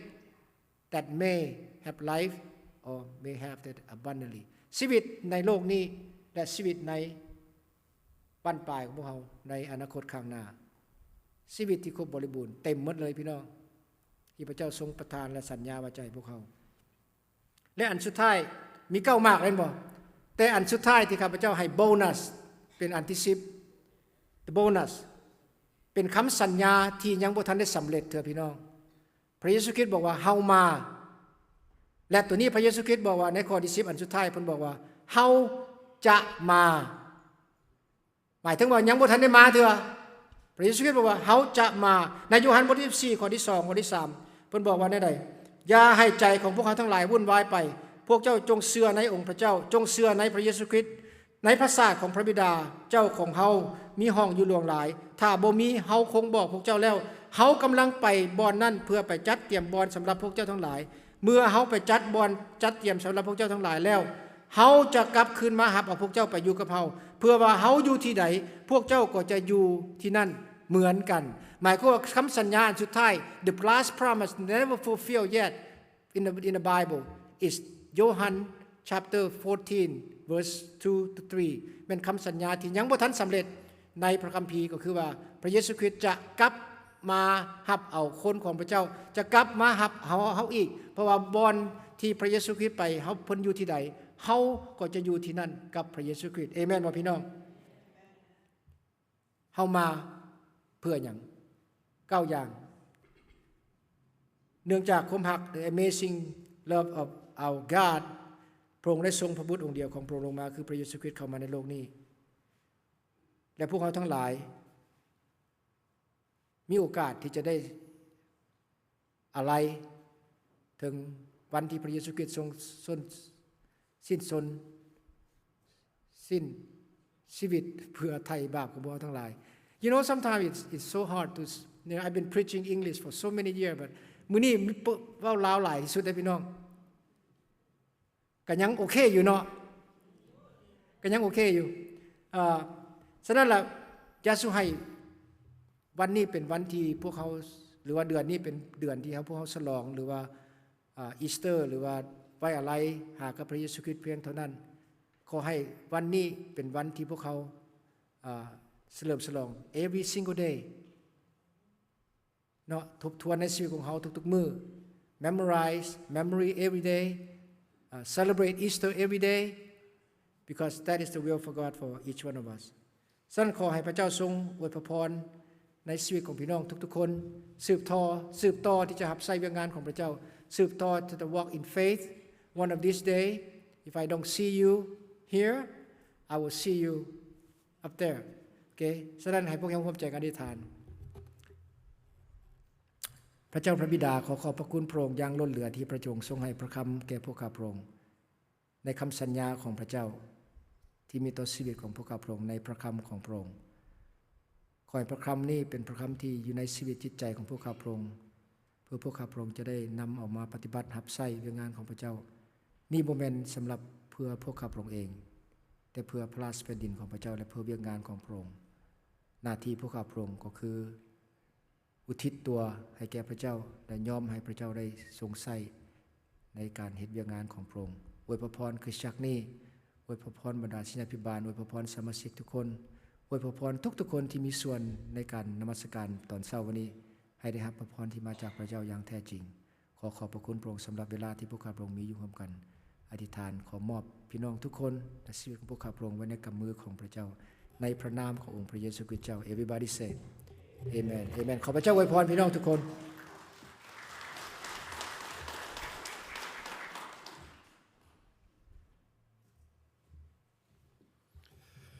ว้าวขอบคุณพระเจ้าเนาะสำหรับพระคำของพระเจ้าที่มาถึงพวกเขาทั้งหลายสองอย่างสุดท้าย that's the most important for us เขามาเพื่อทันจะได้ชีวิตและอาจจะได้ชีวิตเนาะเขามาเพื่อทันอาจจะได้ชีวิตเหตุผลที่เพิ่นใช้คำว่าอาจในที่นั้นก็เพราะว่าผู้ที่ได้ก็คือผู้ที่เชื่อผู้ที่ต้อนรับเอาพระเยซูคริสต์เท่านั้นโรมบทที่10ข้อที่9ถึงข้อที่10บอกว่าผู้ที่รับด้วยปากแล้วก็เชื่อด้วยใจผู้นั้นก็จะได้ชีวิตก็จะได้รอดพ้นจากความผิดความบาปและก็สำหรับผู้ที่เชื่อและต้อนรับเอาพระเยซูคริสต์แล้วนัมเบอร์10ก็สำคัญเพราะอย่างพอเขากำลังรอคอยวันนั้นวันที่พระองค์จะทรงเสด็จมาในฟ้าอากาศบุคคลที่เชื่อก็จะถือขับขึ้นไปท่านแน่ใจว่าท่านจะเป็นผู้นั้นที่ถือขับขึ้นไปพบกับพระเยซูคริสต์เวลาเพิ่นมาในครั้งที่2บนฟ้าอากาศนั่นบ่แม่นที่พระองค์จะลงมาถึงผืนแผ่นดินโลกเพื่อคุ้มครอง 1,000 ปีแต่พระองค์ที่จะมาเพิ่นเอิ้นว่า rapture เป็นการมาเพื่อจะรับเอาคนที่เชื่อไปอยู่กับพระองค์หลังจากนั้น7 ปีจะเกิดกะลียุคพี่น้องเป็นกะลียุคที่มนุษย์พบกับปัญหาบ่เคยมีมาก่อนในชีวิตของพวกเขาดังนั้นถ้าพี่น้องยังมีคำว่าอาจจงรับเอาพระเยซูคริสต์ไว้ในชีวิตของท่านเสียมีทางเดียวเท่านั้นกิจการบทที่4ข้อ22บอกว่าในผู้อื่นในทางอื่นบ่ความรอดพ้นบ่มีด้วยว่าบ่มีนามสื่ออื่นใดทั่วใต้ฟ้าที่จะทรงโปรดให้มนุษย์รอดพ้นได้เขาจะบ่สามารถที่จะรอดพ้นได้โดยเป็นคนดีเชื่อในศาสนาหรือเชื่อในเทพเจ้าองค์ไหนบ่มีโยฮันบทที่14ข้อที่6บอกว่าเฮานี่แหละอันนี้คือคำเว้าของพระเยซูคริสต์เฮานี่แหละเป็นทางนั้นเป็นความจริงและเป็นชีวิตบ่มีผู้ใดไปถึงพระบิดาได้นอกจากมาทางเฮาบ่อยากไปนรกแต่เฮาอยากไปหาพระเจ้าไว้พี่น้องเคยได้ยินคำนี้บ่มนุษย์อยู่ในโลกนี่นะอยู่ในโลกอยากมีความสุขแต่ตายแล้วบ่อยากไปนรกแต่อยากไปสวรรค์คนเฮ็ดซัวปานใดหรือบ่เชื่อสิ่งใดกินเหล้าเมายาทุกมื้อพี่น้องไปถามว่าตายแล้วอยากไปไสวัดภูเขาพระเจ้าบนนอบถามมึงดูตายแล้วเจ้าอยากไปไสพี่น้องว่ามีอย่างคือคำตอบบ่มีดอกที่อยากจะไปนรกข้าพเจ้าเป็นพยานในกระพอข้าพเจ้าเทื่อนึงพอถ้ามีคนฮู้ว่าทางไปสวรรค์ได้แนวใดพ่อที่รับเอาอยู่บ่ข้าพเจ้าบอกว่ากระพอของข้าพเจ้าเพิ่นว่าห่วยผีบ้าที่เพิ่นว่าไปสวรรค์มีคนบอกทางไปสวรรค์บ่ยอมรับมีคนซอยไปสวรรค์ก็บ่ยอมรับyou knowพอข้าพเจ้าบ่เคยฮู้เรื่องของพระเยซูคริสต์จักเทื่ออยู่แต่เวลาข้าพเจ้าเป็นพยานให้เพิ่นก็ต้อนรับเอาพระเยซูคริสต์บ่มีผู้ใดที่อยากจะลงนรกอยากไปสวรรค์เนาะดังนั้นพระเยซูคริสต์ได้เฮ็ดหน้าที่ของพระองค์แล้วเมื่อ 2,000 ปีก่อน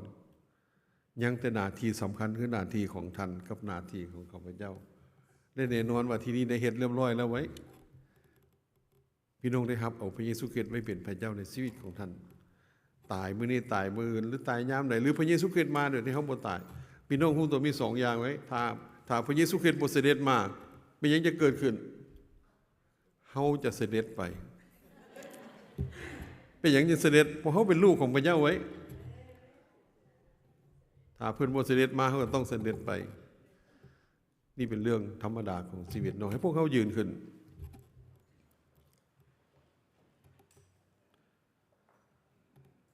เขาจะร่วมใจกันอธิษฐานทุกให้พวกเขาร่วมใจกันอธิษฐานทุกดวงตาลับทุกหัวก้มทุกตาลับ ข้าพเจ้าอยากจะถามคำหนึ่งนี่พี่น้องคนไหนที่ยังมีคำว่าอาจจะ ยังบ่แน่ใจในชีวิต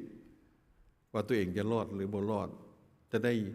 พ้นบาปจะได้รับชีวิต หรือบ่ได้รับยังบ่แน่ใจ เป็นคริสเตียนที่หยุดจนว่ามื้อนี้เชื่อมื้อหน้าบ่เชื่อมีบ่พี่น้องยกมือขึ้นเบิ่งอาจารย์อธิษฐานเพื่อทุกดวงตารับ ทุกหัวก้มบ่มีไผเบิ่งไผมีบ่ที่พี่น้องยังบ่แน่ใจ ยังยกในคำว่าบางทีมีบ่มีสำหรับพี่น้องแต่ละคนมีความมั่นใจให้พี่น้องออกจากที่นี่ไปสวมพระแสงสว่างของพระเจ้าท่านทั้งหลายคือเกลือสำหรับโลกท่านคือหลายคือแสงสว่างสำหรับโลกขอให้พี่น้องออกจากที่นี่ไปเป็นเกลือแสดงความเชื่อให้กับคนทั้งหลายได้เห็นแสดงให้คนที่ในความมืดได้เห็นความจริงในเรื่องของพระเจ้าเพราะท่านคือเกลือสำหรับโลกท่านคือแสงสว่างสำหรับโลกในข้อที่15มัทธิวบทที่5ข้อที่15บอกว่าเมื่อเขาเห็นการดีที่เขาได้เห็นเขาจะได้สรรเสริญพระเจ้าให้พี่น้องออกจากที่นี่ไปให้คนทั้งหลายได้เห็นสง่าราศีของพระเจ้าได้เห็นได้สรรเสริญพระเจ้าเพราะชีวิตของท่านทั้งหลายพระเจ้าพระบิดาขอบคุณพระองค์ที่เมตตาพวกกระพงให้ได้อยู่ร่วมกันได้กินข้าวร่วมผ้าได้กินปลาร่วมถ้วยได้ใช้ชีวิตอยู่ในสถานที่เดียวกันซึ่งเป็นสถานที่พระเจ้าได้ทรงโปรดอวยพรให้กับพวกกระพงทั้งหลายบัดนี้ถึงเวลาที่ลูกๆของพระองค์ที่มาจากทุกที่ทุกบอนอยู่ทั่วอเมริกานี่จะเดินทางกับพี่น้องที่จะเดินทางกับมินนิโซตาอลาบามาแล้วก็จะบินอยู่ถึงอากาศบอกว่าพวกเพิ่นจะขับรถบนท้องถนนหลวงหรือบินอยู่ถึงอากาศขอพระหัตถ์ของพระองค์อุ้มสู้ลูกของพระองค์แล้วนี่ให้ไปถึงบ้านเฮือนครอบครัวเฮือนซานด้วยความตลอดปลอดภัยจนกลัวพระองค์จะทรงอวยพรให้พวกเขาพระองค์ได้พบกันอีกในวันข้างหน้าพวกเขาพระองค์ยังอธิษฐานขอบคุณพระองค์สำหรับข้าวปลาอาหารที่พระองค์ได้ทรงโปรดประทานแก่พวกเขาพระองค์ทั้งหลายขอบคุณพระเจ้าสำหรับทุกมื้อที่จะเตรียมและก็ทุกปากที่จะได้รับอาหารในมื้อนี้ขอให้พวกเขาพระองค์ทั้งหลายได้คิดถึงพระคุณและความหักความเมตตาของพระองค์ที่ทรงให้พวกเขาพระองค์มีอยู่มีกินอยู่ตลอดพวกเขาพระองค์ทั้งหมดจึงอธิษฐานและก็ขอบคุณพระองค์สำหรับทุกอย่างนี้มาในพระนามขององค์พระเยซูคริสต์เจ้าอาเมนขอให้พวกเขาตบมือสรรเสริญและขอบคุณพระเจ้าขอพระเจ้าอวยพรสำหรับพี่น้องตั้งใจที่จะพบกันจุลาย21ถึงวันที่24พี่น้องกลับเมื่อก็เตรียมซื้อปียนต์แต่ซื้อบ่เป็นโทรมาหาข้าพเจ้าเนาะที่ซอกซื้อให้เพื่อพี่น้องจะบ่ได้มาเด้อ